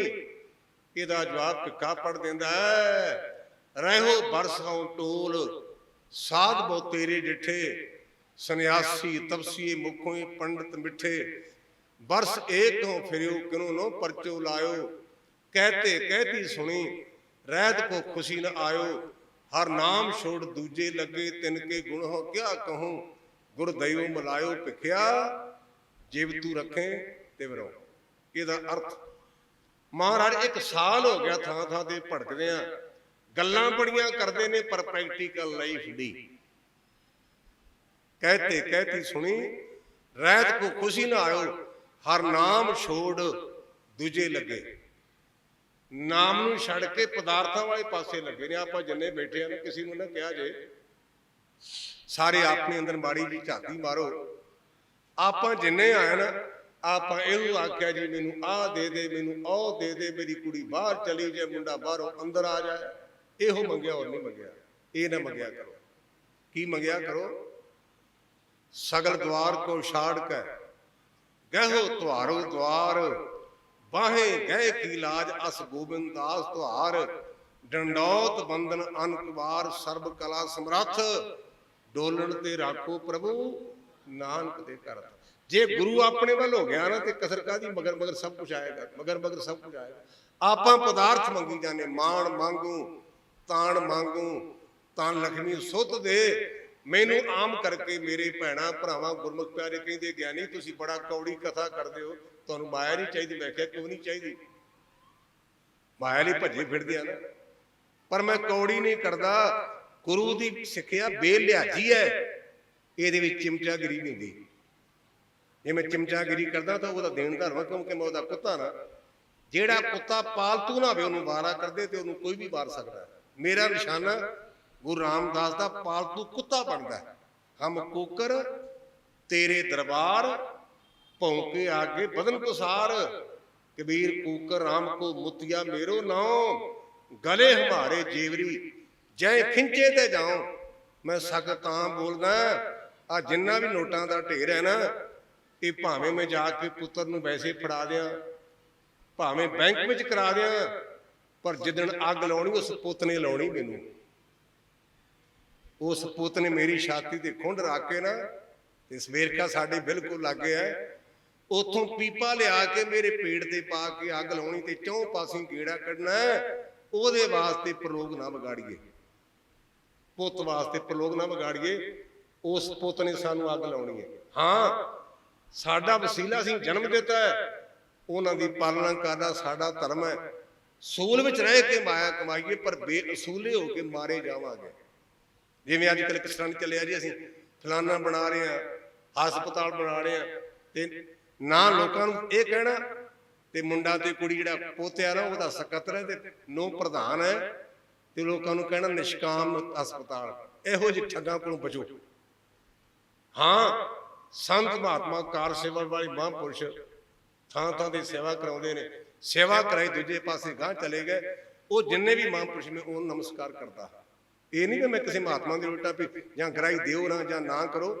ਜਿਹੜੇ ਗੁਰੂ ਘਰ ਵਿੱਚ ਲਾਉਂਦੇ ਨੇ, ਗੁਰੂ ਦਾ ਨਾਮ ਲੈ ਕੇ ਯੋਗ ਨੇ, ਲੇਕਿਨ ਕੁਝ ਉਹ ਬੰਦੇ ਨੇ ਜਿਹੜੇ ਤੁਹਾਨੂੰ ਕਹਿੰਦੇ ਸੀ ਨਿਸ਼ਕਾਮ ਆਹ ਬਣਾਇਆ ਤੇ ਉਹ ਬਣਾਇਆ, ਆਪਣੇ ਨਾਂ ਤੇ ਸਰਾਵਾਂ, ਆਪਣੇ ਨਾਂ ਤੇ ਹਸਪਤਾਲ ਤੇ ਕਬਜ਼ਾ ਆਪਣਾ। ਉਹਨਾਂ ਲੋਕਾਂ ਤੋਂ ਸਚੇਤ ਰਹੋ, ਭਾਵੇਂ ਕੋਈ ਵੀ ਹੋਵੇ। ਇਹ ਵਿੱਚੋਂ ਗੱਲ ਸੁਭਾਵਿਕ ਆ ਗਈ, ਮੈਂ ਜਾਣ ਕੇ ਨਹੀਂ ਲਾਈ। ਰਹੋ ਵਿਚਾਰ। ਉਹ ਪੰਡਤ ਕਹਿਣ ਲੱਗਾ ਕਥਾ ਮੈਂ ਕਰਾਂ ਤੇ ਪੈਸੇ ਲੋਕਾਂ ਨੂੰ। ਬਾਬਾ ਬੁੱਢਾ ਸਾਹਿਬ ਦੀ ਬੇਨਤੀ ਮੰਨ ਕੇ ਗੁਰੂ ਪਾਤਸ਼ਾਹ ਨੇ ਇਹ 12 ਮਾਹ ਦੀ ਬਾਣੀ ਉਚਾਰੀ, ਜਿਹਦੇ ਵਿੱਚ ਜ਼ਿਕਰ ਹੈ ਵੀ ਪਾਤਸ਼ਾਹ ਅਸੀਂ ਤੇਰੀ ਸ਼ਰਨ ਵਿੱਚ ਤਾਂ ਆਇਆ, ਤੇਰੀ ਕਹਿਣੀ ਤੇ ਕਥਨੀ ਇੱਕ ਹੈ। ਇਹਦਾ ਅਸਤੋਤਰ ਹੈ, ਜਿਹੜੀ 14ਵੀਂ ਪੌੜੀ ਨੂੰ ਕਹਿੰਦੇ ਅਸਤੋਤਰ। ਅਸਤੋਤਰ ਦਾ ਭਾਵ ਹੁੰਦਾ ਵੀ ਕੋਈ ਬੰਦਾ ਨੇਕੀ ਕਰੇ ਨਾ, ਤੇ ਜਿਹਨੂੰ ਅੱਜ ਕੱਲ੍ਹ ਪੜ੍ਹੇ ਲਿਖੇ ਕਹਿੰਦੇ ਨੇ ਥੈਂਕਸ ਕਰਨਾ, ਬੰਡਲ ਆਫ ਥੈਂਕਸ, ਸ਼ੁਕਰੀਆ, ਮਿਹਰਬਾਨੀ। ਜਿਹੜੀ 14ਵੀਂ ਪੌੜੀ ਉਹਨੂੰ ਕਹਿੰਦੇ ਅਸਤੋਤਰ, ਰੱਬ ਦਾ ਧੰਨਵਾਦ ਕਰਨਾ। ਨਾਲ ਗੁਰਦੇਵ ਨੇ ਸਮਝਾਇਆ ਵੀ ਗੁਰਮੁਖਾ ਮਾਹ ਦਿਵਸ ਮੂਰਤ ਭਲੇ, ਜਿਸ ਕੋ ਨਦਰ ਕਰੇ ਨਾਨਕ ਮੰਗੇ ਦਰਸਦਾਨ, ਕਿਰਪਾ ਕਰੋ ਰੇ। ਨਾ ਕੋਈ ਮਹੀਨਾ ਮਾੜਾ ਨਾ ਕੋ ਦਿਨ ਮਾੜਾ ਹੈ ਜਿਦਨ ਰੱਬ ਚੇਤੇ ਹੈ ਉਹ ਦਿਨ ਚੰਗਾ, ਜਿਦਨ ਭੁੱਲ ਗਿਆ ਉਹ ਦਿਨ ਮਾੜਾ। ਜਿਦਨ ਰੱਬ ਭੁੱਲ ਗਿਆ ਨਾ ਉਹ ਦਿਨ ਮਾੜਾ, ਜਿਦਨ ਚੇਤੇ ਆ ਗਿਆ ਉਹ ਦਿਨ ਚੰਗਾ। ਇਸ ਕਰਕੇ ਪਿਆਰੇ ਪਾਤਸ਼ਾਹ ਕਹਿੰਦੇ ਗੁਰਮੁਖੋ ਇਹ ਨਾ ਕਿਹਾ ਕਰੋ ਕਿ ਮਹੀਨਾ ਮਾੜਾ ਹੈ, ਇਹ ਨਾ ਕਿਹਾ ਕਰੋ ਚੰਗਾ। ਜਦੋਂ ਪ੍ਰਮਾਤਮਾ ਚੇਤੇ ਆਵੇ ਉਹ ਚੰਗਾ, ਜਦੋਂ ਪ੍ਰਮਾਤਮਾ ਭੁੱਲ ਜੇ ਉਹ ਦਿਨ ਮਾੜਾ। ਇੱਕ ਸੋਨ ਮੈਂ ਸਾਦੀ ਜੀ ਮਿਸਾਲ ਦਿਆਂ, 2022 ਹੈ, 15 ਜੂਨ ਹੈ, ਹਾੜ ਦੀ ਸੰਗਰਾਂਦ ਹੈ। ਕਿਸੇ ਦੇ ਘਰ ਔਲਾਦ ਨਹੀਂ, ਉਹਨਾਂ ਦੇ ਘਰ ਅੱਜ ਪੋਤਾ ਆਇਆ ਤੇ ਉਹਨਾਂ ਕਹਿਣਾ ਸੱਚੇ ਪਾਤਸ਼ਾਹ ਨੇ ਸਾਨੂੰ ਹਾੜ ਦੀ ਸੰਗਰਾਂਦ ਵਾਲੇ ਸਾਡੀਆਂ ਜੜ੍ਹਾਂ ਲਾ ਦਿੱਤੀਆਂ। ਉਹਨਾਂ ਨੇ ਅੱਜ ਦੀ ਹਾੜ ਦੀ ਸੰਗਰਾਂਦ ਨੂੰ ਭੁੱਲਣਾ ਨਹੀਂ, ਤੇ ਜਿਨ੍ਹਾਂ ਦਾ ਕੱਲਾ ਕੱਲਾ ਬੇੜਾ ਚੜਾਈ ਕਰ ਗਿਆ ਅੱਜ ਦੇ ਦਿਨ, ਉਹਨਾਂ ਨੇ ਕਹਿਣਾ ਇਸ ਹਾੜ ਦੀ ਸੰਗਰਾਂਦ ਆਵੇ ਹੀ ਨਾ। ਦਿਨ ਇੱਕ, ਕਿਸੇ ਘਰ ਖੁਸ਼ੀਆਂ, ਕਿਸੇ ਘਰ ਗਮੀਆਂ। ਇਹ ਰੱਬ ਦੇ ਰੰਗ ਹਨ। ਸਤਿਗੁਰੂ ਪਾਤਸ਼ਾਹ ਨੇ ਇਸ ਸੰਬੰਧ ਵਿੱਚ ਸਾਨੂੰ ਸਮਝਾਇਆ ਹੈ। ਕਹਿੰਦੇ ਅਸਾੜ ਤਪੰਦਾ ਤਿਸ ਲੱਗਾ, ਹਰ ਨਾਹੋ ਨ ਜਿਨ੍ਹਾਂ ਪਾਸ। ਇਹ ਦੋ ਸ਼ਬਦਾਂ ਦਾ ਫਿਰ ਕੰਬੀਨੇਸ਼ਨ। ਆਮ ਆਪਾਂ ਕਹਿੰਦੇ ਹਾੜ, ਪੰਜਾਬੀ ਚ ਪਹਾੜ ਕਹਿੰਦੇ ਹਾੜ ਦਾ ਮਹੀਨਾ ਚੜਿਆ, ਲੇਕਿਨ ਇੱਥੇ ਲਿਖਿਆ ਗੁਰੂ ਪਾਤਸ਼ਾਹ ਨੇ ਅਸਾੜ ਕਿਉਂ ਲਿਖਿਆ? ਆਪਾਂ ਜਿੰਨੇ ਦੁਖੀ ਆ ਨਾ, ਆਪਾਂ ਆਸਾ ਕਰਕੇ ਦੁਖੀ ਹਾਂ। ਮੈਂ ਤੁਹਾਡੇ ਨੂੰ ਕਥਾ ਕਰਨ ਵਾਸਤੇ ਆਇਆ, ਮੈਨੂੰ ਗੱਲ ਦਾ ਗਲਤ ਅਰਥ ਕਰਨਾ ਮਾਫੀ ਮੰਗ ਲੈਣਾ। ਮੈਂ ਮੇਰੇ ਮਨ ਵਿੱਚ ਨਿਸ਼ਾਨਾ ਹੈ ਵੀ ਪ੍ਰਬੰਧਕ ਮੈਨੂੰ ਇੰਨੇ ਪੈਸੇ ਦੇਣ ਤੇ ਮੈਨੂੰ ਘੱਟ ਮਿਲੇ, ਮੈਂ ਸੜਨ ਲੱਗ ਪਿਆ। ਇਹਨੂੰ ਕਹਿੰਦੇ ਦਸਾੜ। ਬੰਦੇ ਦੇ ਮਨ ਵਿੱਚ ਆਸਾ ਨਹੀਂ ਪੂਰੀ ਹੋਈ, ਸੜਦਾ ਹੈ। ਬਾਤ ਨਹੀਂ ਉਹਦੀ ਬਣਨੀ। ਬਾਤ ਕਿਹਦੀ ਬਣੇਗੀ? ਸੇਵਾ ਕਰਤ ਹੋਏ ਨੇ ਕਾਮੀ, ਤਿਸ ਕੋ ਹੋਤ ਪ੍ਰਾਪਤ ਸੁਆਮੀ। ਨਿਸ਼ਕਾਮ ਹੋ ਕੇ ਸੇਵਾ ਕਰ ਕਮਲਿਆ, ਜਿਨੇ ਪੱਥਰਾਂ ਵਿੱਚ ਕੀੜੇ ਪੈਦਾ ਕੀਤੇ ਉਹਨੂੰ ਦਿੰਦਾ, ਤੈਨੂੰ ਕਿਉਂ ਨਾ ਦੇਗਾ। ਬਾਣੀ ਦੀਆਂ ਪੰਕਤੀਆਂ ਹਨ। ਸਿਰ ਤੱਲੇ ਪੈਰ ਉਪਰੇ, ਵਸੰਦੋ ਘੁੰਦੜੇ ਘੋਥੜੇ ਥਾਏ। ਨਾਨਕ ਸੋ ਕੋ ਧਣੀ ਵਸਾਰਿਓ, ਉਧਰੇ ਜਿਸ ਦੇ ਲਾਏ। ਰੋ ਵਿਚਾਰ ਮੁੱਕਦੀ ਗੱਲ। ਗੁਰਦੇਵ ਕਹਿੰਦੇ ਅਸਾੜ ਤਪੰਦਾ ਤਿਸ ਲੱਗੇ, ਹਰ ਨਾਹੋ ਨ ਜਿਨ੍ਹਾਂ ਪਾਸ। ਜਿਹੜਾ ਹਾੜ ਦਾ ਮਹੀਨਾ ਨਾ, ਇਹ ਉਹਨਾਂ ਨੂੰ ਸਾੜੇਗਾ। ਨਾਹੋ ਕਹਿੰਦੇ ਨੇ ਪਤੀ ਨੂੰ। ਹਰ ਦਾ ਅਰਥ ਹੈ ਹਰ ਥਾਂ ਤੇ ਵਿਆਪਕ। ਜਿਹੜਾ ਹਰ ਸ਼ਬਦ ਹੈ ਨਾ, ਇਹਦੇ ਮੈਂ ਮਾਨ ਕੋਸ਼ ਵਿੱਚ ਅਰਥ ਪੜੇ ਨੇ, 52 ਅਰਥ ਕੀਤੇ ਨੇ ਮਾਨ ਕਾਹਨ ਸਿੰਘ ਦਾ ਬਾਣ। ਹਰ ਦੇ ਹਰ ਦਾ ਅਰਥ ਨਾ ਬੱਕਰਾ, ਹਰ ਦਾ ਅਰਥ ਸ਼ੇਰ, ਹਰ ਦਾ ਅਰਥ ਅੱਗ, ਹਰ ਦਾ ਅਰਥ ਪਾਣੀ, ਹਰ ਦਾ ਅਰਥ ਬ੍ਰਹਮਾ, ਹਰ ਦਾ ਅਰਥ ਵਿਸ਼ਨੂੰ, ਹਰ ਦਾ ਅਰਥ ਸ਼ਿਵ ਜੀ, ਹਰ ਦਾ ਅਰਥ ਹਰ ਥਾਂ ਤੇ ਵਿਆਪਕ, ਹਰ ਦਾ ਅਰਥ ਚੋਰ। 52 ਅਰਥ ਕੀਤੇ ਨੇ। ਇੱਥੇ ਅਸੀਂ ਸਿੰਪਲੀ ਇੱਕ ਦਾ ਅਰਥ ਕਰਨਾ ਹੈ। ਹਰ ਦਾ ਅਰਥ ਓਮਨੀ ਪ੍ਰੈਜੈਂਟ, ਜਿਹੜਾ ਹਰ ਥਾਂ ਤੇ ਵਿਆਪਕ ਹੈ। ਹਰ ਥਾਂ ਤੇ ਵਿਆਪਕ। ਜਦੋਂ ਮੈਂ ਇਹਦੇ ਅਰਥ ਪੜ੍ਹੇ ਨਾ ਆਪਣੇ ਚਾਚਾ ਜੀ ਕੋਲੋਂ, ਤੇ ਉਹਨਾਂ ਨੇ ਸਾਨੂੰ ਆਖਿਆ ਵੀ ਹਰ ਦਾ ਨਾਮ ਚੋਰ ਤੇ ਹਰ ਦਾ ਨਾਮ ਰੱਬ। ਤੇ ਮੈਂ ਇੱਕਦਮ ਉਹਨੂੰ ਪੁੱਛਿਆ ਵੀ ਮਹਾਂਪੁਰਸ਼ੋ ਇਹ ਗੱਲ ਵਿਗੜ ਗਈ। ਕਹਿੰਦੇ ਕਿਵੇਂ? ਮੈਂ ਕਿਹਾ ਜੀ ਨਾਲੇ ਤੁਸੀਂ ਚੋਰ ਕਹਿੰਦੇ ਰੱਬ ਚੋਰ ਆ। ਉਹ ਕਹਿੰਦੇ ਆ ਸਮਝਾਵਾਂ ਮੈਨੂੰ। ਉਹਨਾਂ ਸਮਝਾਇਆ ਮੁੜ ਕੇ। ਉਹਨਾਂ ਦਲੀਲ ਦਿੱਤੀ ਵੀ ਚੋਰ ਹੈ ਨਾ, ਜਦੋਂ ਕਿਸੇ ਦੇ ਘਰ ਵਿੱਚ ਚੋਰੀ ਕਰਦਾ ਤੇ ਘਰਦਿਆਂ ਨੂੰ ਪਤਾ ਨਹੀਂ ਚੱਲਦਾ। ਇਸੇ ਤਰ੍ਹਾਂ ਰੱਬ ਜਿਹਦੇ ਤੇ ਕਿਰਪਾ ਕਰਦਾ ਨਾ, ਜਿਹੜਾ ਪਹਿਲਾਂ ਠੱਗੀਆਂ ਮਾਰਦਾ ਸੀ, ਉਹ ਤੇ ਪ੍ਰਮਾਤਮਾ ਨੇ ਕਿਰਪਾ ਕੀਤੀ, ਉਹ ਸੱਜਣ ਬਣ ਗਿਆ। ਜਿਹੜਾ ਲੋਕਾਂ ਨੂੰ ਤਲ ਤਲ ਕੇ ਖਾਂਦਾ ਸੀ ਨਾ, ਉਹ ਪਰਮੇਸ਼ਰ ਦਾ ਪਿਆਰਾ ਬਣ ਗਿਆ। ਇਸ ਕਰਕੇ ਜਿਹੜਾ ਕਦੇ ਚੋਰੀਆਂ ਕਰਦਾ ਸੀ, ਗੁਰੂ ਨੇ ਕਿਰਪਾ ਕੀਤੀ, ਬਣ ਗਿਆ ਵਿਧੀ ਚੰਦ ਸ਼ੀਨਾ। ਗੁਰੂ ਕਾ ਸੀਨਾ ਜੋ ਵਰ ਮੰਗਿਆ ਸੋਈ ਦੀਨਾ। ਇਸ ਕਰਕੇ ਹਰ ਦਾ ਅਰਥ ਚੋਰ ਤਾਂ ਕੀਤਾ ਹੈ, ਪਰਮਾਤਮਾ ਜਿਹਦੇ ਤੇ ਕਿਰਪਾ ਕਰਦਾ ਉਹਦੇ ਅੰਦਰੋਂ ਔਗਣ ਖਤਮ ਕਰਕੇ ਤੇ ਨੇਕੀ ਨਾਲ ਭਰ ਦਿੰਦਾ। ਜਿਹੜਾ ਸਾੜ ਦਾ ਮਹੀਨਾ ਨੇ, ਇਹ ਉਹਨਾਂ ਵਾਸਤੇ ਦੁਖਦਾਈ ਹੈ। ਨਾ ਉਹਦਾ ਭਾਵ ਹੁੰਦਾ ਪਤੀ। ਜਿਵੇਂ ਪਤਨੀ ਪਤੀ ਤੋਂ ਬਿਨਾ ਆਪਣੇ ਆਪ ਨੂੰ ਖਾਲੀ ਖਾਲੀ ਮਹਿਸੂਸ ਕਰਦੀ ਹੈ, ਇਸੇ ਪ੍ਰਕਾਰ ਸਾਡਾ ਸਾਰਿਆਂ ਦਾ ਪਤੀ ਇੱਕ ਵਾਹਿਗੁਰੂ ਹੈ। ਤੇ ਜਿਹੜੇ ਵਾਹਿਗੁਰੂ ਤੋਂ ਟੁੱਟੇ ਨੇ, ਉਹਨਾਂ ਨੂੰ ਸਾੜ ਹੀ ਸਾੜ। ਜਗ ਜੀਵਨ ਪੁਰਖ ਤਿਆਗ ਕੈ, ਮਾਨ ਸੰਧੀ ਆਸ। ਜਗਤ ਨੂੰ ਜੀਵਨ ਦੇਣ ਵਾਲੇ ਵਾਹਿਗੁਰੂ ਨੂੰ ਛੱਡ ਕੇ ਅਸੀਂ ਬੰਦਿਆਂ ਕੋਲ ਕੋਈ ਝਾਕ ਰੱਖਦੇ ਹਾਂ, ਜਿਹਨੂੰ ਆਪਾਂ ਰੋਜ਼ਾਨਾ ਬਾਣੀ 'ਚ ਪੜ੍ਹਦੇ ਹਾਂ, ਮਨੁੱਖੀ ਟੇਕ ਬਿਰਥੀ ਸਭ ਜਾਨ, ਦੇਵਨ ਕਾ ਏਕ ਹੀ ਭਗਵਾਨ, ਸਤਿਗੁਰ ਸੱਚਾ ਛੱਡ ਕੇ ਮਨਮੁਖ ਹੋਏ ਬੰਦੇ ਦਾ ਬੰਦਾ। ਇਹਦੇ ਸੰਬੰਧ ਵਿੱਚ ਸਾਨੂੰ ਇੱਕ ਮਹਾਂਪੁਰਸ਼ਾਂ ਨੇ ਦ੍ਰਿਸ਼ਟਾਂਤ ਪੜ੍ਹਾਇਆ ਹੈ। ਇੱਕ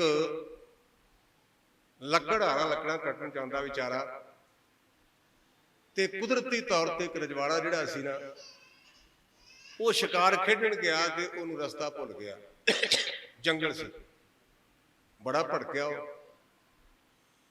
ਕੁਦਰਤੀ ਤੌਰ ਤੇ ਜਦੋਂ ਉਹ ਲੱਕੜਹਾਰੇ ਨੂੰ ਮਿਲਿਆ ਤੇ ਕਹਿਣ ਲੱਗਾ, ਮਿੱਤਰਾ ਬੇਨਤੀ ਵੀ ਤੂੰ ਭੇਤੀ ਹੈ, ਤੇਰਾ ਰੋਜ਼ ਦਾ ਧੰਦਾ ਹੈ, ਤੇ ਮੈਂ ਰਸਤੇ ਤੋਂ ਭੜ ਗਿਆ ਤੇ ਮੇਰੇ ਤੇ ਕਿਰਪਾ ਕਰ, ਮੈਨੂੰ ਰਾਹ ਪਾ ਦੇ।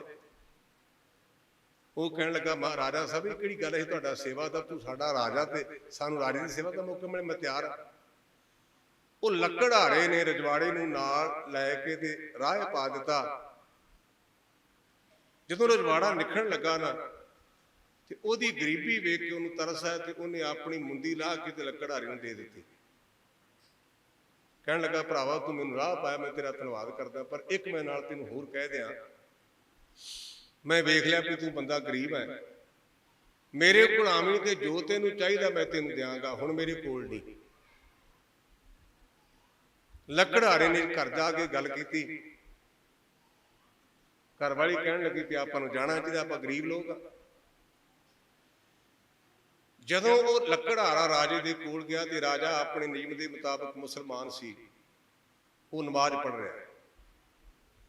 ਨਮਾਜ਼ ਪੜ੍ਹਨ ਦਾ ਇੱਕ ਤਰੀਕਾ ਉਹਨਾਂ ਭਰਾਵਾਂ ਦਾ ਇਹ ਵੀ ਉਹ ਨਮਾਜ਼ ਨੂੰ ਸੰਪੂਰਨ ਹੋ ਜਾਂਦੀ ਤੇ ਮੁੜ ਕੇ ਉਹ ਬੋਕ ਕੱਢ ਕੇ ਖੁਦਾ ਕੋਲ ਮੰਗਦੇ ਹਨ। ਆਪ ਹੱਥ ਜੋੜਦੇ ਆ, ਉਹ ਬੋਕ ਕਰਦੇ ਨੇ। ਸਾਡੇ ਹੱਥ ਜੋੜਨ ਦਾ ਭਾਵ ਹੁੰਦਾ ਕਿ ਮਹਾਰਾਜ ਮੈਂ ਤੇਰਾ ਗੁਲਾਮ ਹਾਂ। ਕਹੋ ਕਬੀਰ ਗੁਲਾਮ ਘਰ ਕਾ ਜਿਆਏ ਭਾਵੇਂ ਮਾਰ। ਜਿਹੜਾ ਅਸੀਂ ਗਲ ਵਿੱਚ ਪਰਨਾ ਪਾਉਂਦੇ ਆ ਨਾ, ਇਹਦੇ ਪਿੱਛੇ ਵੀ ਇੱਕ ਫਲਸਫਾ ਹੈ ਅਧਿਆਤਮਕ। ਆ ਕੋਈ ਬੰਦਾ ਅਰਦਾਸ ਕਰਨ ਲੱਗੇ ਤੇ ਪਰਨਾ ਨਾ ਹੋਵੇ ਤੇ ਆਪਾਂ ਦੌੜ ਕੇ ਆਪਣਾ ਪਰਨਾ ਉਹਦੇ ਗਲ 'ਚ ਪਾ ਦਿੰਦੇ ਆ। ਤੇ ਕਈ ਬੰਦੇ ਕਹਿੰਦੇ ਇਹਦੇ ਨਾਲ ਕੀ ਹੁੰਦਾ, ਅਰਦਾਸ ਹੀ ਕਰਨੀ ਹੈ। ਨਹੀਂ, ਇਹਦਾ ਇੰਟਰਨਲ ਭਾਵ ਇਹ ਹੈ, ਗਲ ਵਿੱਚ ਪੱਲਾ ਪਾਉਣ ਦਾ ਅਰਥ ਹੁੰਦਾ ਵੀ ਮਹਾਰਾਜ ਮੈਂ ਤੇਰਾ ਗੁਲਾਮ ਆ। ਕਹੋ ਕਬੀਰ ਗੁਲਾਮ ਘਰ ਕਾ ਜਿਆਏ ਭਾਵੇਂ ਮਾਰ।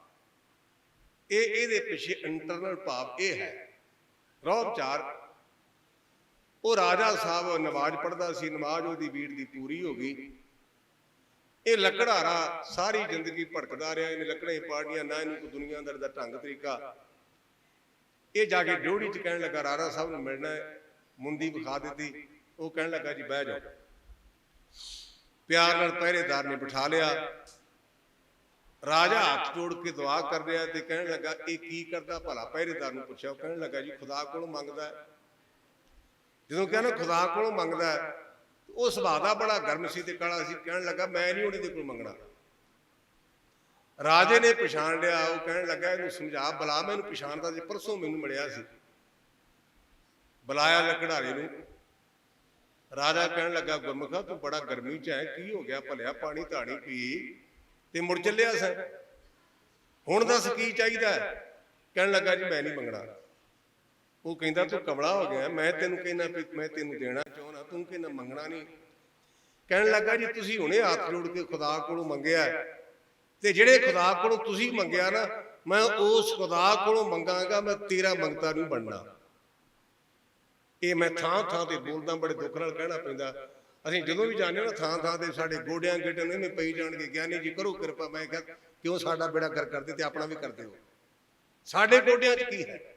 ਜਿਹੜਾ ਖੁਦ ਮੰਗਤਾ ਹੈ, ਮੰਗਤੇ ਕੋਲੋਂ ਕੀ ਲੱਗ। ਇਹ ਸਾਡੀ ਬੜੀ ਗਲਤ ਟੈਂਡੈਂਸੀ ਚੱਲੀ। ਰਾਗੀ ਆਉਂਦਾ ਤੇ ਉਹਦੇ ਗੋਡੀ ਪਈ ਜਾਣਗੇ, ਜੇ ਗਿਆਨੀ ਆਉਂਦਾ ਤੇ ਉਹਦੇ ਗੋਡੀ ਪਈ ਜਾਣਗੇ।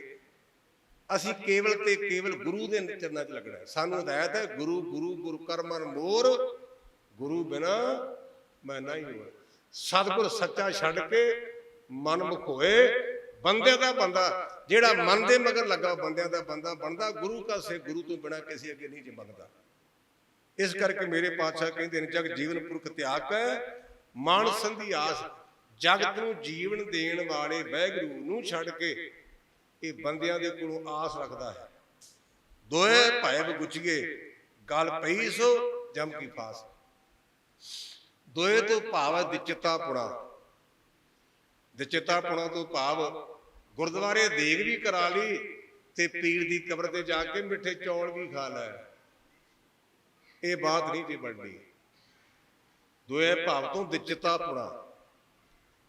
ਮੈਂ ਇੱਕ ਲਫ਼ਜ਼ ਫੱਬਦਾ ਨਹੀਂ ਕਹਿੰਦਾ। ਬੀਬੀ ਦਾ ਪਤੀ ਹੁੰਦਾ ਦਿਓਰ ਭਾਵੇਂ 5 ਹੋਣ ਤੇ ਜੇਠ ਭਾਵੇਂ 9 ਹੋਣ, ਪਤੀ ਦੋ ਨਹੀਂ ਹੁੰਦੇ। ਜਿਹਦਾ ਦੋ ਨਾਲ ਸੰਬੰਧ ਹੈ ਨਾ ਉਹਨੂੰ ਮੂੰਹ ਕੋਈ ਨਹੀਂ ਹੁੰਦਾ। ਕਹਿੰਦੇ ਦੁਆਗਣ, ਬਾਣੀ ਚ ਲਫ਼ਜ਼ ਆਉਂਦਾ ਦੁਆਗਣ ਬੜਾ ਆਉਂਦਾ ਬਾਣੀ ਚ, ਦੁਆਗਣ ਤੇ ਸੁਹਾਗਣ। ਸੁਹਾਗਣ ਦਾ ਭਾਵ ਹੁੰਦਾ 100 ਪਲੱਸ ਆਂਗਣ। ਇਹ ਲਫ਼ਜ਼ ਆਂਗਣ ਕਹਿੰਦੇ ਨੇ ਵਿਹੜੇ ਨੂੰ। ਜਿਹੜੀ ਸ਼ੌਹ ਦੇ ਵਿਹੜੇ ਚ ਰਹਿੰਦੀ ਉਹ ਸੁਹਾਗਣ, ਜਿਹੜੀ ਸ਼ੌਹਰ ਦੇ ਵਿਹੜੇ ਚੋਂ ਬਾਹਰ ਹੋ ਗਏ ਉਹ ਦੁਆਗਣ। ਉਹਦੀ ਪੱਤ ਦਾ ਕੋਈ ਰਾਖਾ ਨਹੀਂ। ਇਸ ਕਰਕੇ ਸਾਡੀ ਪੱਤ ਦਾ ਰਾਖਾ ਆ ਹੈ। ਢੁਕਵੀਂ ਸਾਖੀ ਤੇ ਚੇਤੇ ਆ ਗਈ। ਬਾਬਾ ਬਿਧੀ ਚੰਦ ਗੁਰੂ ਕਾ ਸਿੱਖ ਹੈ।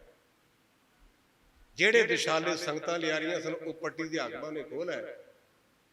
ਗੁਰੂ ਕੀ ਆਗਿਆ ਲੈ ਕੇ ਪੱਟੀ ਗਿਆ, ਦਿਸ਼ਾਲੇ ਲੈ ਲੈ, ਕਿਉਂਕਿ ਬਾਬੇ ਬਿਧੀ ਚੰਦ ਦਾ ਨਾਨਕਾ ਨਗਰ ਪੱਟੀ ਦੇ ਬਿਲਕੁਲ ਲਾਗੇ ਸਿਰਾਲੀ ਨਗਰ ਹੈ। ਦਿਸ਼ਾਲੇ ਲੈ ਲੈ, ਜਿਹਨੂੰ ਅੱਜ ਕੱਲ ਆਪਾਂ ਕਹਿੰਦੇ ਰੈੱਡ ਅਲਰਟ, ਕੁਝ ਚੁਕੰਨੇ ਹੋ ਜਾਣਾ। ਅੱਜ ਨਵਾਂ ਲਫ਼ਜ਼ ਰੈੱਡ ਅਲਰਟ ਅੰਗਰੇਜ਼ੀ ਦਾ। ਬਾਬਾ ਬਿਧੀ ਚੰਦ ਬੇਗਮਾਂ ਦੇ ਕੁੰਡਾ ਲਾ ਕੇ ਤੇ ਬਾਹਰ ਚਲੇ ਗਏ। ਉਹਨਾਂ ਦਾ ਮਿੱਤਰ ਸੀ ਉੱਥੇ ਭੜਪੂੰਜਾ, ਜਿਹੜਾ ਦਾਣੇ ਭੁੰਦਾ ਸੀ, ਆਉਣ ਜਾਣ ਸੀ ਉੱਥੇ। ਉਹਦੇ ਕੋਲ ਗਏ ਵੀ ਭਰਾਵਾ ਮੇਰੀ ਮਦਦ ਕਰੋ। ਕਹਿਣ ਲੱਗਾ ਗੁਰਮੁਖਾ ਮੈਂ ਮਦਦ ਕੀ ਕਰਾਂਗਾ, ਟੁੱਟਾ ਜਾ ਮੇਰਾ ਕਰਨਾ ਕੋ ਰਹਿਣ ਨੂੰ ਨਾ ਕੋਈ ਸਹਿਣ ਨੂੰ। ਤੂੰ ਕਹਿੰਦਾ ਹੁੰਦਾ ਮੇਰਾ ਗੁਰੂ ਬੜਾ ਪੂਰਾ ਹੈ ਤੇ ਪਾਠੇਗਾ ਬਹਿ ਜਾ। ਬਾਬਾ ਬਿਧੀ ਚੰਦ ਕਹਿਣ ਲੱਗਾ ਵੀ ਮਿੱਤਰਾ ਹੈ ਤਾਂ ਤੂੰ ਮੇਰਾ ਮਿੱਤਰ, ਪਰ ਗੱਲ ਮਾੜੀ ਆਖੀ। ਕਹਿੰਦਾ ਕਿਉਂ? ਮੈਂ ਤਾਂ ਤੈਨੂੰ ਇਹੋ ਬਿਧੀ ਚੰਦ ਆਖਿਆ ਵੀ ਜੇ ਤੇਰਾ ਗੁਰੂ ਪੂਰਾ ਗੁਰੂ ਹੈ ਨਾ ਤੇ ਤੱਤੀ ਵਾਹ ਨਹੀਂ ਲੱਗਣ ਦਿੰਦਾ। ਤੱਤੀ ਵਾਹ ਕਹਿਣ ਲੱਗਾ ਮੈਂ ਗਿਆਨੀ ਨਹੀਂ, ਪਰ ਮੈਂ ਬਿਧੀ ਚੰਦਾ ਤੈਨੂੰ ਇੱਕ ਬੇਨਤੀ ਕਰਾਂ, ਤੂੰ ਮੇਰਾ ਦੋਸਤ ਹੈ, ਭਰਾ ਹੈ। ਮੈਂ ਸੁਣਿਆ ਸੀ ਵੀ ਪ੍ਰਹਲਾਦ ਦੀ ਭੂਆ ਪ੍ਰਹਲਾਦ ਨੂੰ ਗੋਦੀ ਚ ਲੈ ਕੇ ਬੈਠਦੀ ਤੇ ਪ੍ਰਹਲਾਦ ਰੱਬ ਦਾ ਭਗਤ ਸੀ ਤੇ ਪ੍ਰਹਲਾਦ ਸੜਿਆ ਨਹੀਂ। ਇਹ ਮੈਂ ਤੇਰੇ ਵਰਗੇ ਵਿਦਵਾਨਾਂ ਕੋਲੋਂ ਸੁਣਿਆ। ਇਹ ਵੀ ਮੈਂ ਸੁਣਿਆ ਵੀ ਬੀਬੀ ਦ੍ਰੋਪਦੀ ਨੂੰ ਨੰਗਿਆਂ ਕਰਨ ਲੱਗੇ ਤੇ ਬੀਬੀ ਦ੍ਰੋਪਦੀ ਨੇ ਭਗਵਾਨ ਦੇ ਅੱਗੇ ਅਰਦਾਸ ਕੀਤੀ ਤੇ ਬੀਬੀ ਦ੍ਰੋਪਦੀ ਨੰਗੀ ਨਾ ਹੋਈ ਤੇ ਤੇਰਾ ਗੁਰੂ ਪੂਰਾ, ਤੈਨੂੰ ਕਾਹਦਾ ਡਰ ਹੈ? ਬਾਬਾ ਬਿਧੀ ਚੰਦ ਹੱਸ ਪਿਆ। ਕਹਿਣ ਲੱਗਾ ਬੜੀ ਟਿਕਾਣੇ ਦੀ ਗੱਲ ਆਖੀ। ਹੁਣ ਇਉਂ ਕਰੀ ਜਿਹੜਾ ਝੁਲਕਾ ਤੇਜ਼ ਕਰਦੇ ਤੇਜ਼। ਯਾਦ ਰੱਖਿਆ ਜੇ ਸਾਡਾ ਬਚਾਅ ਤਾਗਿਆਂ ਨਹੀਂ ਜੀ ਕਰਨਾ, ਸਾਡਾ ਬਚਾਅ ਪਾਣੀ ਦੀਆਂ ਬੋਤਲਾਂ ਨਹੀਂ ਜੀ ਕਰਨਾ, ਸਾਡਾ ਬਚਾਅ ਬਾਬਿਆਂ ਦੀਆਂ ਨਿੱਕੀਆਂ ਲਾਚੀਆਂ ਨੇ ਨਹੀਂ ਕਰਨਾ। ਸੀ ਬੜੇ ਮਰੀਜ਼ ਫਸੇ ਪਏ ਆ, ਉਲਝੇ ਹੋਏ ਆ। ਕੋਈ ਨਿੱਕੀਆਂ ਲਾਚੀਆਂ ਖਾਧੀ ਜਾਂਦਾ, ਬਾਬੇ ਲਾਚੀਆਂ ਕਰਕੇ ਦੇ ਗਏ। ਮੈਂ ਅੱਜ ਤੱਕ ਹਜ਼ਾਰਾਂ ਗ੍ਰੰਥ ਪੜ੍ਹੇ ਨੇ, ਮੈਨੂੰ ਕਿਸੇ ਗ੍ਰੰਥ ਵਿੱਚੋਂ ਸਿੱਖ ਧਰਮ ਚ ਲਾਚੀਆਂ ਕਰਕੇ ਦੇਣ ਦਾ ਪ੍ਰਸੰਗ ਨਹੀਂ ਲੱਭਾ। ਤੇ ਹੁਸ਼ਿਆਰਪੁਰ ਤੁਹਾਡਾ ਨਗਰ ਹੈ, ਕਿਉਂਕਿ ਤੁਸੀਂ ਹੁਸ਼ਿਆਰ ਹੋ ਚੁਸਤ ਹੋ। ਤੇ ਜੇ ਤੁਹਾਡੇ ਕੋਲ ਕੋਈ ਗ੍ਰੰਥ ਹੈ ਨਾ ਵੀ ਲਾਚੀਆਂ ਨਾਲ ਬੰਦਾ ਮੁਕਤ ਹੋ ਜਾਂਦਾ ਤੇ ਮੇਰੇ ਤੇ ਇਹਨੇ ਤਰਸ ਕਰੇਗਾ, ਪੈਸੇ ਭਾਵੇਂ ਸਾਰੇ ਲੈ ਲਓ, ਪਰ ਮੈਨੂੰ ਉਹ ਪੋਥੀ ਲੱਭਦੀ ਤੇ ਬਾਬਾ ਲਾਚੀਆਂ ਕਰਕੇ ਦਿੰਦਾ ਤੇ ਇਹਦਾ ਕੋਈ ਮਾਤਮ ਹੋਵੇ। ਸਾਡੇ ਕਿਹੜੇ ਕੋਲ ਲਾਚੀਆਂ ਕਰਕੇ ਦਿੱਤੀਆਂ। ਹੁਣ ਕਾਲੇ ਤਾਗਿਆਂ ਦਾ ਬੜਾ ਰਿਵਾਜ ਚੱਲਿਆ ਹੈ। ਮੈਨੂੰ ਕਹਿੰਦੇ ਗਿਆਨੀ ਜੀ ਦਾ ਕੀ ਮਾਤਮ? ਮੈਂ ਕਿਹਾ ਭੇਡਾਂ ਨੂੰ ਧਾਗੇ ਹੁੰਦੇ ਆ, ਤਾਗੇ ਕੋ ਬੰਨਦੇ ਨੇ ਕਾਲੇ। ਮੈਂ ਕਿਹਾ ਵੀ ਭੇਡਾਂ ਦੀ ਨਿਸ਼ਾਨੀ ਵੀ ਭੇਡਾਂ ਰਲ ਨਾ ਜਾਣ। ਹਾਂ ਜਿਹੜੇ ਸਿੱਖ ਨੇ ਨਾ ਉਹ ਤਾਗੇ ਨਹੀਂ ਬੰਨਦੇ, ਉਹ ਕਿਰਪਾਨ ਪਾਉਂਦੇ ਨੇ। ਕਿਰਪਾਨ ਪਾਨ ਧਾਰੀਆਂ ਕਰੋੜ ਪਾਪ ਤਾਰੀ। ਸਿੱਖ ਕਿਰਪਾਨ ਪਾਉਂਦਾ, ਸਿੱਖ ਸ਼ਹਿਰਾ ਪਾਉਂਦਾ, ਸਿੱਖ ਕੜਾ ਪਾਉਂਦਾ, ਤਾਗਾ ਬੰਨਦੀ ਏ ਭੇਡ ਤੇ ਭੇਡੂ। ਤੇ ਹੁਣ ਚੋਣ ਅਸੀਂ ਕਰਨੀ ਹੈ। ਬਾਬਾ ਬਿਧੀ ਚੰਦ ਭੱਟ ਵਿੱਚ ਬੈਠ ਗਿਆ, ਨਾਲ ਮੂਲ ਮੰਤਰ ਦਾ ਪਾਠ ਕੀਤਾ ਤੇ ਨਾਲ ਸ਼ਬਦ ਪੜਿਆ ਕੀ?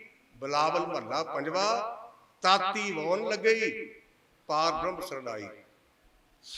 ਮੈਂ ਪਰਮੇਸ਼ਰ ਦੀ ਸ਼ਰਨ ਲਈ ਤੇ ਮੇਰਾ ਮਨ ਕਹਿੰਦਾ ਵੀ ਮੈਨੂੰ ਤੱਤੀ ਵਾਰ ਹੀ ਲੱਗਣੀ। ਪਾਰ ਬ੍ਰਹਮ ਤੋਂ ਭਾਵ ਹੁੰਦਾ, ਦੋ ਲਫ਼ਜ਼ ਆਉਂਦੇ ਨੇ ਬਾਣੀ ਚ, ਪੂਰਨ ਬ੍ਰਹਮ ਤੇ ਪਾਰ ਬ੍ਰਹਮ। ਪਾਰ ਬ੍ਰਹਮ ਦਾ ਅਰਥ ਹੁੰਦਾ ਉਹ ਪਰਿਪੂਰਨ ਪਰਮਾਤਮਾ ਜਿਹੜਾ ਹੈ ਤਾਂ ਸਹੀ ਪਰ ਵੇਖਿਆ ਨਹੀਂ ਜਾ ਸਕਦਾ। ਜਿਵੇਂ ਗੁਰਬਾਣੀ ਚ ਆਉਂਦਾ ਨਿਰਗੁਣ ਆਪ ਸਰਗੁਣ ਪੀ ਉਹੀ ਕਲਾ ਧਾਰ ਜਿਨ ਸਗਲੀ ਮੋਹੀ। ਜਿਹੜਾ ਨਿਰਗੁਣ ਹੈ ਨਾ ਉਹ ਦਿਸਦਾ ਨਹੀਂ। ਗੁਰੂ ਗ੍ਰੰਥ ਸੱਚੇ ਪਾਤਸ਼ਾਹ ਪ੍ਰਕਾਸ਼ ਨੇ ਇਹ ਸਰਗੁਣ ਰੂਪ ਹੈ, ਉਸ ਨਿਰਗੁਣ ਦਾ ਸਰਗੁਣ ਰੂਪ ਨੇ। ਪਾਰ ਬ੍ਰਹਮ ਤੋਂ ਭਾਵ ਉਹ ਅਣਡਿੱਠ ਸ਼ਕਤੀ ਜਿਹੜੀ ਵਰਦੀ ਤਾਂ ਹੈ ਪਰ ਉਹਨੂੰ ਪਕੜਿਆ ਨਾ ਜਾ ਸਕੇ, ਜਿਹਦੀ ਵਿਆਖਿਆ ਆਪਾਂ ਜਾਪ ਸੋਚ ਪੜ੍ਹਦੇ, ਚੱਕਰ ਚੇਨ ਅਰ ਵਰਨ ਜਾਤ ਪਾਰ ਬ੍ਰਹਮ। ਚੱਕਰ ਚੇਨ ਅਰ ਵਰਨ ਜਾਤ ਅਰ ਪਾਤ ਨਹਿ ਜੇ, रूप रंग अर रेख पे को कह न सकत के, अचल मूर्त अनको प्रकाश अमतोज भिजै, कोड़ इंद्र इंद्राण साहे सहाड़ गरीजै। बाबा जी ने पढ़िया, ताती बौन लगी पार ब्रह्म सरनाई, चौगिरद हमारे राम कर दुख लगे ना भाई, सतगुर पूरा भेटिया जन बनत बढ़ाई। मैं पूर्ण गुरु नाल मिलाप कर लिया ते गुरु ने मैनूं दिता कि राम नाम औखद दिया एका लेवल। औखद कहते हैं दवाई नूं। मेरे गुरु ने रमे हुए नाम का नाम मैनूं दवाई दे रूप दिता। ते फिर की होया, कहो नानक कृपा भई प्रभ ऐसा है, मेरी वाहिगुरू ने मदद की। इस करके मेरे पातशाह कहते ने भाई दुए भाए गुचिए गल पई सो जम की फास, जेड़े चिते पुणे च पै गए ना उन्होंने मन्ना कि उन्होंने मन्ना गलां में जवां दी फांसी पै गई। अजकल तुहानूं समझाउण दी लोड़ ही कोई नहीं। गड्डियां दियां गड्डियां भर के अमृतसर भावें ना जाण पर डेरियां ते जांदियां जे, डेरियां ते बाबियां कोल नाम लैण गए। इहदा भाव गुरु ग्रंथ सच्चे पातशाह कोल नाम ही है नहीं, आखिर नाम लैण गए। इहदा भाव गुरु ग्रंथ सच्चे पातशाह ते निगाह छोटे होए, इन्हां ताकत घट है। गुरु के सिखो, साडे लई गुरु ग्रंथ सच्चे पातशाह तों वड्डी कोई ताकत नहीं। ये केवल ते केवल माया इकट्ठी करने वास्ते स्टंट बाजी बनी है। मैं सीधी गल कह दिया, साडा गुरु समर्थ है, वो 10 लाख के घेरे विचों वंगार के निकलता है। गुरु नानक की गद्दी का वारस गुरु गोबिंद सिंह ताड़ी मार के किले चों निकलण लगा है, किसी ताकत दे आओ हथ पा लो। ते जेड़े अंदर बैठे डेरियां दे उन्होंने कहोगा कि बिना बंदियां तो बाहर निकल, देखिया जे किवें इन्हां नूं कुट-कुट के राह पा दिंदे आ। हुलिया वगाड़ देंगे फड़ के, लाकड़ ने जैड सुरक्षा लईए होवे गुरु ते उन्हें सुरक्षा लई गुरु काहदा है? साडा गुरु दी खुद सुरक्षा आप है। इस करके उन्हां लोकां तो बचो, सचेत रहो। मैं जिस थां तो आया ना एक मैसेज लैके आया, बाणी गुरु, गुरु है बाणी विच बाणी अमृत सारे, गुरबाणी कह सेवक जन माने परता गुरु नस्तार। जो बाणी कहती सेवादार बन के मनो। पर आपां तां रसमी तौर पर अखां मीटी पढ़ी जाने, मनण वाली गल है नहीं। मैं देख लिया तुहाडे आ लिखिया जे सतनाम, सारी बाणी च किते नहीं लिखिया तरह। जे लिखिया तो मैनूं दन लिया, मम्मे थले औंकड़ हुंदा, सस्सा तत्ते नूं सिहारी, नन्ने नूं कन्ना ते मम्मे थले औंकड़। अजे तक किसी नूं चेता नहीं आया, लखां बंदे मत्था टेके औंकड़ किसे लाया ही नहीं। आ नाम है ना सतनाम, औंकड़ है नहीं थले। सतनाम लाओ तां कंप्लीट बनेगा। सतनाम औंकड़ो किन्ने बंदे टोकिया भला किसी ने? सारे गुरु ग्रंथ सच्चे पातशाह की बाणी इतना सतनाम है नहीं जी। जे मैं गलत हाँ तो मैं तुहाडे कोल गुण लैके जावांगा। बाहर सारी बाणी सतनाम है, सस्सा तत्ते नूं सिहारी, नन्ने नूं कन्ना ते मम्मे थले औंकड़। तुसीं कहो ज्ञानी जी ने की हुंदा? इहदे नाल इह हुंदा भी केवल ते केवल एक वाहिगुरू ही सत है। अंग्रेजी कहंदे सिंगुलर, एक वचन। अगर ये एक औंकड़ नहीं पैंदा तो एक वचन नहीं जे बनना। इस करके बेनती करा, तुसीं कहंदे प्रचार नहीं हुंदा, तुसीं किन्ने चेत प्रचार की करिए, तुसीं तां आप नहीं जागदे। गुरु साडे ते कृपा करे, सानूं पता चले जेहा बीजे सो लुणे मथे जो लिखियास। जिहो जिहा बीजेगा ना उहो जिहा वढेगा। लुणे तो भाव हुंदा वढना कटना। जिहो जिहा बंदा बीजदा उहो जिहा कटना पड़ेगा। ऐ कर करे सो ऐ कर पाए, कोई ना पकड़िए किसी के थाए। मैं अपने बचपन दे विच भाई बाले वाली जन्म साखी बहुत मेरा पढ़ी है। मैनू जन्म साखी ने कथा वाले पासे लाया। मैं वो एक साखी पढ़ी, तुहाडी जानकारी भी पिया आपां जो बीज नूं वढना पैगा।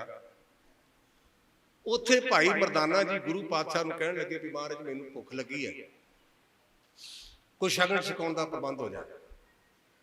सतगुरु पातशाह कहण लगे मरदानिया कबरां आ गईयां ने ते जाके लै आ। मरदाना गुरु पातशाह का बड़ा प्यारा सिख सी, गुरुदेव का रहमत का पात्र सी। कहने लगा महाराज मैनू भुख लगे, तुसीं मजाक करी जाते हो, ध्यान दिया जे। कहने लगे जा तां सही। उत्थे मैं पढ़िया है, मैं बार बार रिपीट कर रहा कि ये मैं बचपन भाई बाले की जन्म साखी साखी पढ़ी बचपन में। ਭਾਈ ਬਾਲਾ ਜੀ ਨੇ, ਮਾਫ ਕਰਨਾ, ਭਾਈ ਮਰਦਾਨਾ ਜੀ ਨੇ ਗੁਰੂ ਪਾਤਸ਼ਾਹ ਦੇ ਹੁਕਮ ਦੇ ਮੁਤਾਬਕ ਉੱਥੇ ਆਖਿਆ ਸਤ ਕਰਤਾਰ। ਜਦੋਂ ਸਤ ਕਰਤਾਰ ਆਖਿਆ ਨਾ, ਇੱਕ ਮੁਰਦਾ ਨਿਕਲਿਆ। ਇੱਥੇ ਆਪਾਂ ਕਹਾਂਗੇ ਵੀ ਗੱਲ ਝੂਠ ਹੈ, ਇਹ ਹੋ ਨਹੀਂ ਸਕਦੀ। ਮੰਮੀ ਤੁਹਾਡਾ ਭਰਾ ਭਾਈ ਆ, ਮੰਮੀ ਸਹਿਮਤ ਹੋ ਜਾਗਾ। ਲੇਕਿਨ ਬਾਬੇ ਫਰੀਦ ਦੀ ਬਾਣੀ 'ਚ ਲਿਖਿਆ ਹੈ, ਗੋਰਾਂ ਸੇ ਨਿਮਾਣੀਆਂ ਬਹਿਸਨ ਰੂਹਾਂ ਮੱਲ। ਇਸਲਾਮ ਦੇ ਧਰਮ ਮੁਤਾਬਕ ਉਹ ਕਿਆਮਤ ਦੇ ਦਿਨ ਤੱਕ ਜਿਹੜੀਆਂ ਮੁਸਲਮਾਨ ਭਰਾਵਾਂ ਦੀਆਂ ਰੂਹਾਂ ਨੇ, ਉਹਨਾਂ ਦੇ ਧਰਮ ਮੁਤਾਬਕ ਅਸੀਂ ਉਹਨੂੰ ਖੰਡਨ ਨਹੀਂ ਕਰ ਸਕਦੇ, ਨਮਸਕਾਰ ਕਰਦੇ ਕਿ ਜਿਹੜੀਆਂ ਰੂਹਾਂ ਨੇ ਨਾ ਇਹ ਕਬਰਾਂ 'ਚ ਰਹਿੰਦੀਆਂ ਨੇ। ਜਦੋਂ ਕਿਆਮਤ ਦਾ ਦਿਨ ਆਵੇਗਾ, ਜਿਹਨੂੰ ਕਿਆਮਤ ਕਹਿੰਦੇ ਅੰਗਰੇਜ਼ੀ ਡੂਮ ਡੇ ਕਹਿੰਦੇ ਨੇ, ਉਸ ਦਿਨ ਜਿਹੜੀਆਂ ਰੂਹਾਂ ਨੇ ਨਾ ਉਹ ਕਬਰਾਂ 'ਚ ਉੱਠਣਗੀਆਂ ਤੇ ਮੁਹੰਮਦ ਸਾਹਿਬ ਸਿਫਾਰਿਸ਼ ਕਰਨਗੇ। ਜਿਹੜੇ ਇਸਲਾਮ ਦੇ ਨਿਯਮ ਦੇ ਮੁਤਾਬਕ ਹੋਣਗੇ ਬਿਸ਼ਤਾਂ ਨੂੰ ਜਾਣਗੇ, ਬਾਕੀ ਭਟਕਣਗੇ। ਭਾਈ ਮਰਦਾਨਾ ਜੀ ਨੇ ਸਤ ਕਰਤਾਰ ਕਿਹਾ। ਇੱਕ ਆਦਮੀ ਨਿਕਲਿਆ, ਉਹਨੇ ਰੋਟੀ ਦਿੱਤੀ, ਇੱਕ ਪਾਸੇ ਤੋਂ ਕੱਚੀ ਇੱਕ ਪਾਸੇ ਤੋਂ ਪੱਕੀ। ਜਦੋਂ ਮੁੜਨ ਲੱਗਾ ਤੇ ਕਹਿਣ ਲੱਗਾ, ਹਾਏ ਦੁਨੀਆ। ਭਾਈ ਮਰਦਾਨਾ ਜੀ ਨੇ ਆਖਿਆ, ਭਰਿਆ ਪੁਰਸ਼ਾ ਹਾਏ ਦੁਨੀਆ ਕਿਉਂ ਆਖਿਆ? ਕਹਿਣ ਲੱਗਾ, ਬਾਬਾ ਤੂੰ ਆਪਣਾ ਕੰਮ ਕਰ, ਤੈਨੂੰ ਰੋਟੀ ਜਿੱਦ ਲੈ ਲਈ। ਕਹਿੰਦਾ ਨਹੀਂ, ਦੱਸ। ਕਹਿਣ ਲੱਗਾ, ਜਿਹੜੀ ਮੇਰੀ ਮਾਂ ਸੀ ਨਾ, ਉਹ ਕੁਦਰਤੀ ਤੌਰ ਤੇ ਰੋਟੀ ਪਕਾ ਰਹੀ ਸੀ ਤੇ ਅੰਦਰੋਂ ਠੂਠੀ ਘਿਓ ਵਾਲੀ ਲੈਣ ਗਈ। ਸਾਡੇ ਬੂਹੇ ਅੱਗੇ ਮੰਗਤਾ ਆਇਆ ਤੇ ਮੰਗਤੇ ਨੇ ਆ ਕੇ ਤੂੰ ਭੀਖ ਮੰਗੀ ਨਾ, ਤੇ ਮੈਂ ਹੈ ਤਾਂ ਬੱਚਾ, ਲੇਕਿਨ ਪਤਾ ਨਹੀਂ ਮੇਰੇ ਮਨ ਵਿੱਚ ਕੀ ਆਇਆ ਕਿ ਮੈਂ ਰੋਟੀ ਚੁੱਕ ਕੇ ਤੇ ਮੰਗਤੇ ਨੂੰ ਦੇ ਦਿੱਤੀ। ਇੱਕ ਪਾਸੇ ਤੂੰ ਕੱਚੀ ਸੀ ਥੋੜੀ ਜੀ। ਮੇਰੀ ਮਾਂ ਨੇ ਮੈਨੂੰ ਬਹੁਤ ਡਾਂਟਿਆ, ਝਿੜਕਿਆ, ਚਪੇੜ ਵੀ ਮਾਰੀ। ਉਸ ਦਿਨ ਤੋਂ ਮੈਂ ਜ਼ਿੰਦਗੀ 'ਚ ਕਦੇ ਕਿਸੇ ਨੂੰ ਕੋਈ ਦਿੱਤਾ ਹੀ ਨਹੀਂ। ਉਹ ਰੋਟੀ ਦਿੱਤੀ, ਉਹ ਮੈਨੂੰ ਮਿਲੀ। ਹੁਣ ਇਹ ਸਾਖੀ, ਕਿਉਂਕਿ ਅੱਜ ਕੱਲ੍ਹ ਦਾ ਮਾਡਰਨ ਜ਼ਮਾਨਾ, ਆਪਾਂ ਟੀਕਾ ਟਿੱਪਣੀ ਬੜੀ ਕਰਦੇ ਹਾਂ, ਆਪਾਂ ਗੱਲ ਨੂੰ ਮੰਨਣ ਨੂੰ ਤਿਆਰ ਨਹੀਂ। ਜੇ ਕਿਸੇ ਗਿਆਨੀ ਜੀ ਕੋਲੋਂ ਪਾਈ ਹੋਣੀ, ਇਹ ਕਿਵੇਂ ਹੋ ਸਕਦਾ ਹੈ? ਤੁਹਾਡੇ ਨਾਲ ਸਹਿਮਤ ਹੋ ਜਾਣਾ, ਪਰ ਇਹ ਤਾਂ ਮੰਨੋਗੇ ਨਾ, ਐ ਕਰ ਕਰੇ ਸੋ ਐ ਕਰ ਪਾਏ, ਕੋਈ ਨਾ ਪਕੜੀਏ ਕਿਸੇ ਕਿਠਾਏ। ਜਿਹੜੇ ਹੱਥ ਨਾਲ ਦੇਗਾ ਨਾ, ਉਸੇ ਹੱਥ ਨਾਲ ਗੁਰਮੁਖਾ ਤੈਨੂੰ ਮਿਲੇਗਾ। ਰੈਣ ਵਿਹਾਣੀ ਪਛਤਾਣੀ, ਉੱਠ ਚਲੀ ਗਈ ਨਰਾਸ। ਆਪਾਂ ਜਿਹੜੀ ਜੀਵਨ ਹੈ ਨਾ, ਇੱਕ ਰਾਤ ਵਰਗਾ ਹੈ। ਜਦੋਂ ਜ਼ਿੰਦਗੀ ਦੀ ਰਾਤ ਮੁੱਕ ਗਈ, ਮੁੜ ਕੇ ਪਛਤਾਵੇਂਗਾ ਤੇ ਪਿਆਰਿਆ ਬਾਤ ਨਹੀਂ ਬਣਨੀ। ਜਿਹਨੂੰ ਅੰਗਰੇਜ਼ੀ ਵਿੱਚ ਕਹਿੰਦੇ ਕੈਚ ਦੀ ਟਾਈਮ ਬਾਈ ਦੀ ਫੋਰਲੌਕ, ਜਿਹਨੂੰ ਭਾਈ ਵੀਰ ਸਿੰਘ ਲਿਖਦੇ ਨੇ, ਕਹਿੰਦੇ ਮੈਂ ਰਹੀ ਵਾਸਤੇ ਘੱਟ, ਸਮੇਂ ਖਸਕਾਈ ਕੰਨੀ, ਮੈਂ ਫੜ ਰਹੀ ਧਰੀਕ, ਸਮੇਂ ਨੇ ਇੱਕ ਨਾ ਮੰਨੀ, ਉਹ ਫੜ ਸੰਭਲ, ਸਮੇਂ ਨੂੰ ਅਡੰਦਾ ਜਾਣਦਾ, ਇਹ ਠਹਿਰ ਨੂੰ ਜਾਤ ਨਾ ਜਾਣਦਾ, ਲੰਘ ਗਿਆ ਨਾ ਮੁੜ ਕੇ ਆਉਂਦਾ। ਜਿਹੜਾ ਇਹ ਸਮਾਂ ਨਾ ਲੰਘ ਗਿਆ ਤੇ ਮੁੜ ਕੇ ਨਹੀਂ ਆਉਣਾ। ਇਹਦਾ ਮੈਂ ਤੁਹਾਡੇ ਕੋਲ ਆਪਣਾ ਇੱਕ ਨਿੱਜੀ ਜਿਹਾ ਤੁਹਾਨੂੰ ਸੁਝਾਅ ਦਿਆਂ, ਕਿਉਂਕਿ ਬਾਣੀ ਕਹਿੰਦੀ ਆਖਣ ਔਖਾ ਸਾਚਾ ਨਾਉ। ਬਾਣੀ 'ਚ ਪੜ੍ਹਦੇ ਹਾਂ, ਨਾਮ ਬੁਰੇ ਕਾਮ ਕੋ ਊਠ ਖਲੋਇਆ, ਨਾਮ ਕੀ ਬੇਲਾ ਪੈ ਸੋਇਆ। ਨਾਮ ਜਪਣ ਦਾ ਮੌਕਾ ਤਜਰਬਾ ਕਰ ਲਿਆ ਜੇ ਅੰਮ੍ਰਿਤ ਵੇਲੇ ਆਪਾਂ ਨੂੰ ਨੀਂਦ ਆ ਜਾਂਦੀ ਹੈ, ਸਾਰੀ ਰਾਤ ਗੱਲਾਂ ਕਰੀ ਜੋ ਵੇਲੇ ਨੀਂਦ ਆ ਜਾਂਦੀ। ਇਹਦਾ ਇੱਕ ਦੇਸੀ ਜਿਹਾ ਫਾਰਮੂਲਾ ਜੇ, ਤੁਸੀਂ ਇੱਕ ਤਰੀਕਾ ਬਣਾ ਲਿਓ ਵੀ ਜੇ ਰੋਟੀ ਖਾਣੀ ਤੇ ਉਦੋਂ 5 ਵੇਰਾ ਮੂਲ ਮੰਤਰ, ਇਹ ਨਾ 5 ਵੇਰਾ ਕੋਈ ਜ਼ਰੂਰੀ ਨਹੀਂ ਵੀ 5 ਵੇਰੇ ਪੜ੍ਹਨਾ, ਤੁਸੀਂ 50 ਵੇਰਾ ਪੜ੍ਹ ਲਓ। ਇਹ ਮਨ ਸਾਡਾ ਢੀਠ ਬੜਾ ਹੈ। ਤੇ ਜਿਵੇਂ ਬੀਬੀਆਂ ਬੱਚੇ ਨੂੰ ਦਵਾਈ ਦਿੰਦੀਆਂ ਨੇ ਤੇ ਨਾਲ ਮਿੱਠੀ, ਪਹਿਲਾਂ ਗੋਲੀਆਂ ਦੀਆਂ ਮਿੱਠੀ ਗੋਲੀ ਖਾ ਲਾ, ਟੌਫੀ ਤੇ ਨਾਲ ਦਵਾਈ ਦੇ ਦਿੰਦੀਆਂ। ਇਸੇ ਪ੍ਰਕਾਰ ਸਾਡਾ ਮਨ ਜਿਹੜਾ ਇਹੋ ਜਿਹਾ, ਇਹਨੂੰ ਬਾਣੀ 'ਚ ਖੋਤਾ ਕਰਕੇ ਲਿਖਿਆ, ਮਨ ਖੁੱਟ ਹਰ ਤੇਰਾ ਨਹੀਂ ਬਸਾਸ, ਤੂੰ ਮਾਂ ਉਦਮਾਦਾ, ਖਰਕਾ ਪੈਕਰ ਤੋਂ ਛੁੱਟੇ ਜੋ ਉੱਪਰ ਲਾਦਾ। ਖੁੱਟਰ ਦਾ ਅਰਥ ਖੋਤਾ। ਇਹ ਖੋਤਿਆ ਮਨਾ, ਜਿਵੇਂ ਭਾਰ ਲੱਦ ਕੇ ਤੇ ਖੋਤਾ ਤੋਰੀਦਾ ਨਾ, ਇਸੇ ਤਰ੍ਹਾਂ ਇਸ ਖੋਤੇ ਮਨ ਨੂੰ ਸਮਝਾਉਣ ਲਈ ਜੇ ਰੋਟੀ ਖਾਣ ਲੱਗੇ ਤੇ ਉਦੋਂ ਪੜ੍ਹ ਲਿਆ ਕਰੋ 5 ਵੇਰਾ ਮੂਲ ਮੰਤਰ, ਜੇ ਪਾਣੀ ਪੀਣ ਲੱਗੇ ਉਦੋਂ 5 ਵੇਰਾ ਪੜ੍ਹ ਲਿਆ ਮੂਲ ਮੰਤਰ, ਜੇ ਕਾਕੇ ਨੂੰ ਸਕੂਲੇ ਛੱਡਣਗੇ ਤੇ ਉਦੋਂ ਪੜ੍ਹ ਲਿਆ। ਇਸ ਬਹਾਨੇ ਦੇ ਨਾਲ ਕੰਮ ਤੋਂ ਕੰਮ ਜੇ ਆਪਾਂ 50 ਵੇਰਾ ਪੜ੍ਹ ਲਿਆ ਤੇ ਸਾਡਾ ਖਾਤਾ ਤਾਂ ਖੁੱਲ ਜਾਏਗਾ। ਅਪਰਾਲਾ ਕਰਿਆ। ਸੋ ਮੇਰੇ ਪਾਤਸ਼ਾਹ ਕਹਿੰਦੇ, ਗੁਰਮੁਖਾ ਇਹ ਜ਼ਿੰਦਗੀ ਦੀ ਰਾਤ ਲੰਘ ਗਈ ਨਾ, ਮੁੜ ਕੇ ਪਛਤਾਵਾ ਰਹਿ ਜਾਣਾ। ਇੱਕ ਹੋਰ ਉਦਾਹਰਨ ਚੇਤੇ ਆ ਗਈ। ਆਪਾਂ ਜਿੰਨੇ ਵੀ ਬਾਈ ਭਾਈ ਬੈਠੇ ਆ, ਧਿਆਨ ਕਰਿਆ ਜੇ, ਜਦੋਂ ਧੌਲੇ ਆਉਣੇ ਸ਼ੁਰੂ ਹੁੰਦੇ ਨੇ, ਪਹਿਲਾਂ ਪੁਰਪੜੀਆਂ ਤੇ ਆਉਂਦੇ ਨੇ ਕੰਨਾਂ ਕੋਲ। ਭਾਵੇਂ ਭੈਣਾਂ ਨੇ ਭਾਵੇਂ ਵੀਰ ਨੇ, ਖਿਆਲ ਕਰਿਆ ਜੀ, ਜਿਨ੍ਹਾਂ ਨੂੰ ਆਏ ਨੇ ਉਹ ਚੇਤੇ ਕਰਨ ਤੇ ਜਿਨ੍ਹਾਂ ਨੂੰ ਨਹੀਂ ਆਏ ਉਹ ਚੇਤੇ ਰੱਖਣ। ਇੱਥੇ ਪੁਰਪੜੀਆਂ ਦੇ ਧੌਲੇ ਆਉਂਦੇ ਨੇ, ਇਹਦਾ ਮਤਲਬ ਕੀ ਹੈ? ਇਹਨਾਂ ਧੌੜਿਆਂ ਨੂੰ ਗੁਰਬਾਣੀ 'ਚ ਲਿਖਿਆ ਦੂੜਾ ਆਇਓ ਏ ਜਮੇ ਤਣਾ। ਇਹਦਾ ਅਰਥ ਹੈ ਵੀ ਪਿਆਰਿਆ, ਜਿਹੜੇ ਪੁਰਪੜੀ ਤੇ ਧੌੜੇ ਆਏ ਨਾ, ਇਹ ਰੱਬ ਦਾ ਟੈਲੀਫੋਨ ਆਇਆ, ਕਿਉਂਕਿ ਆਪਾਂ ਕੰਨ ਨਾਲ ਜੀ ਸੁਣਦੇ, ਕੰਨ ਕੋਲ ਧੌੜੇ ਤਾਂ ਆਉਂਦੇ ਵੀ ਰੱਬ ਸਾਨੂੰ ਸੁਣਾਉਂਦਾ ਵੀ ਮਿੱਤਰਾ ਕੰਨ ਕਰਕੇ ਸੁਣ ਲਾ। ਰੱਬ ਸਾਨੂੰ ਇਹ ਧੌੜੇ ਭੇਜ ਕੇ ਸੁਨੇਹਾ ਦਿੰਦਾ, ਮਿੱਤਰਾ ਜੰਮਦਾ ਦੂਤ ਆਉਣ ਵਾਲਾ ਤੇ ਤਿਆਰੀ ਕਰ, ਆਪਣਾ ਬੈਗ ਬੰਨ ਲਾ। ਇਸ ਕਰਕੇ ਮੇਰੇ ਪਾਤਸ਼ਾਹ ਕਹਿੰਦੇ ਜ਼ਿੰਦਗੀ ਦੀ ਰਾਤ ਲੰਘ ਗਈ ਨਾ, ਮੁੜ ਕੇ ਪਛਤਾਵਾ ਪਵੇਗਾ। ਜਿਨ ਕੋ ਸਾਧੂ ਭੇਟ ਗਏ ਸੋ ਦਰਗੇ ਹੋਏ ਖਲਾਸ। ਜਿਨ੍ਹਾਂ ਦੀ ਕਿਸੇ ਪੂਰਨ ਮਹਾਂਪੁਰਸ਼ ਦੇ ਨਾਲ ਸੰਗਤ ਹੋ ਗਈ ਨਾ, ਉਹ ਮੁਕਤ ਹੋ ਗਏ। ਮੈਂ ਸੰਤ ਬਾਬਾ ਜਰਨੈਲ ਸਿੰਘ ਤੇ ਬਾਬਾ ਕਰਤਾਰ ਸਿੰਘ, ਸੰਤ ਗਿਆਨੀ ਬਲਵੰਤ ਸਿੰਘ ਖਾਲਸਾ, ਬਾਬਾ ਠਾਕਰ ਸਿੰਘ ਦੀ ਸੰਮਤ ਕੀਤੀ। ਮੈਂ ਤੁਹਾਨੂੰ ਆਪਣੀ ਹੱਡ ਵੀ ਸੁਣਾਉਣ ਲੱਗਾ ਵੀ ਰੱਬ ਦੇ ਪਿਆਰੇ ਕੀ ਕਰਦੇ। ਸੰਤ ਬਾਬਾ ਜਰਨੈਲ ਸਿੰਘ ਨਾਨਕ ਨਿਵਾਸ ਦੇ ਉੱਪਰ ਪਾਸੇ ਇਕੱਲੇ ਲੇਟੇ, ਅੰਮ੍ਰਿਤ ਵੇਲਾ ਤੇ ਮੈਂ ਗਿਆ ਤੇ ਮੈਂ ਉਹਨਾਂ ਨੂੰ ਉਮਰ ਕਰਕੇ ਸਾਲ ਛੋਟਾ ਤੇ ਗੁਣਾ ਕਰਕੇ ਤਾਂ ਮੈਂ ਉਹਨਾਂ ਨੂੰ ਬਹੁਤ ਛੋਟਾ। ਮੈਨੂੰ ਕਹਿਣ ਲੱਗੋ ਤੇਰਾ ਭਲਾ ਹੋ ਰਿਹਾ, ਸਾਰੇ ਸਿੰਘ ਦਾ ਸਾਡਾ ਗਿਆਨੀ ਵਿਆਹ ਰਹਿ ਗਿਆ। ਮੈਂ ਕਿਹਾ ਜੀ ਮੈਂ ਵਿਆਹ ਨਹੀਂ ਕਰਾਉਣਾ। ਕਿ ਕੀ ਗੱਲ? ਮੈਂ ਕਿਹਾ ਜੀ ਜਿਹੜੀ ਆਪਾਂ ਬੀਬੀ ਲਿਆਵਾਂਗੇ ਉਹਦੀਆਂ ਲੋੜਾਂ ਕੌਣ ਪੂਰੀਆਂ ਕਰੇਗਾ? ਮੈਂ ਕਿਹਾ ਨਿਕੰਮਾ ਬੰਦਾ ਘਰ ਵਿੱਚ, ਮੈਂ ਤੇ ਕੰਮ ਕੀਤਾ ਕਦੇ ਕੱਖ ਨਹੀਂ, ਤੇ ਜੇ ਬੀਬੀ ਆਪਾਂ ਲਿਆਂਦੀ ਤੇ ਆਖਰਕਾਰ ਉਹਦੀ ਜ਼ਿੰਮੇਵਾਰੀ ਤਾਂ ਆਪਣੀ ਹੈ।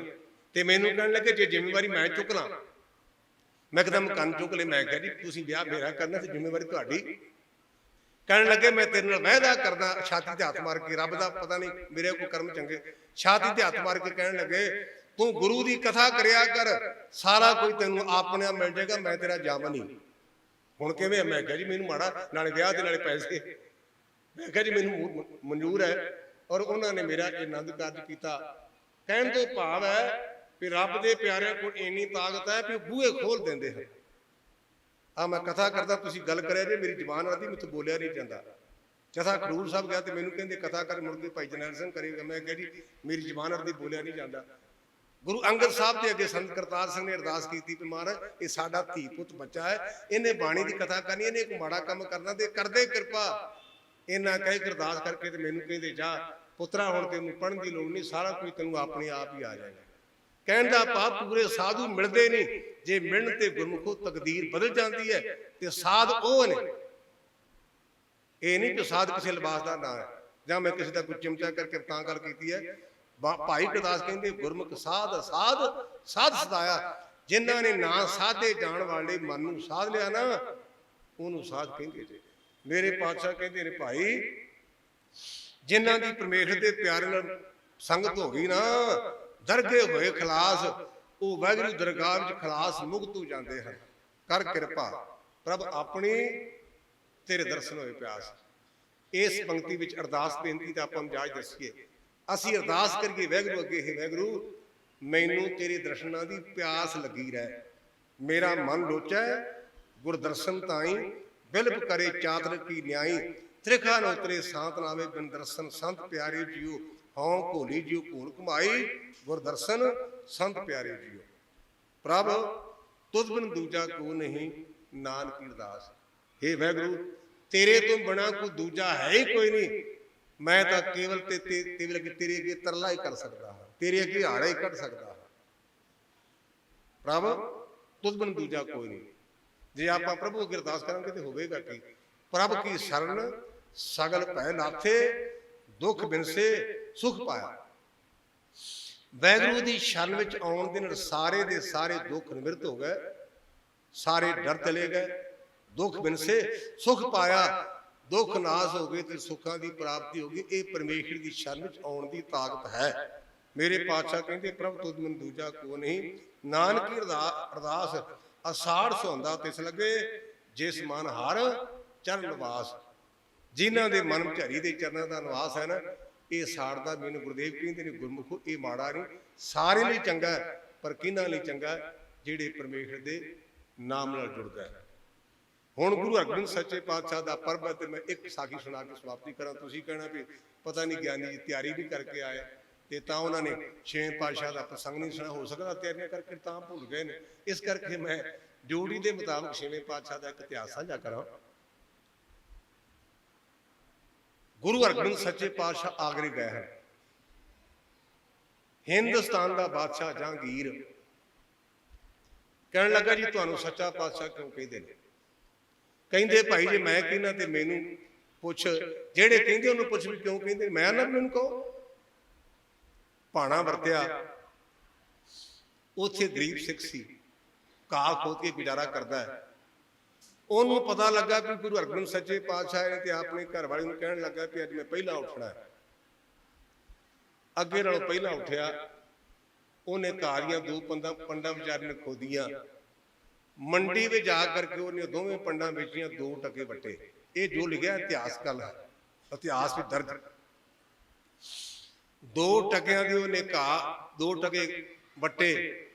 एक अपनी धर्म पत्नी दे कहन लगा भी भागा वाली बच्चों की रोटी का आर पार कर, एक टके दे नाल मैं परलोक सवार ला। ये साडा गुरु हरगोबिंद सच्चे पातशाह जे, मैं नहीं भारी गुरु कहते।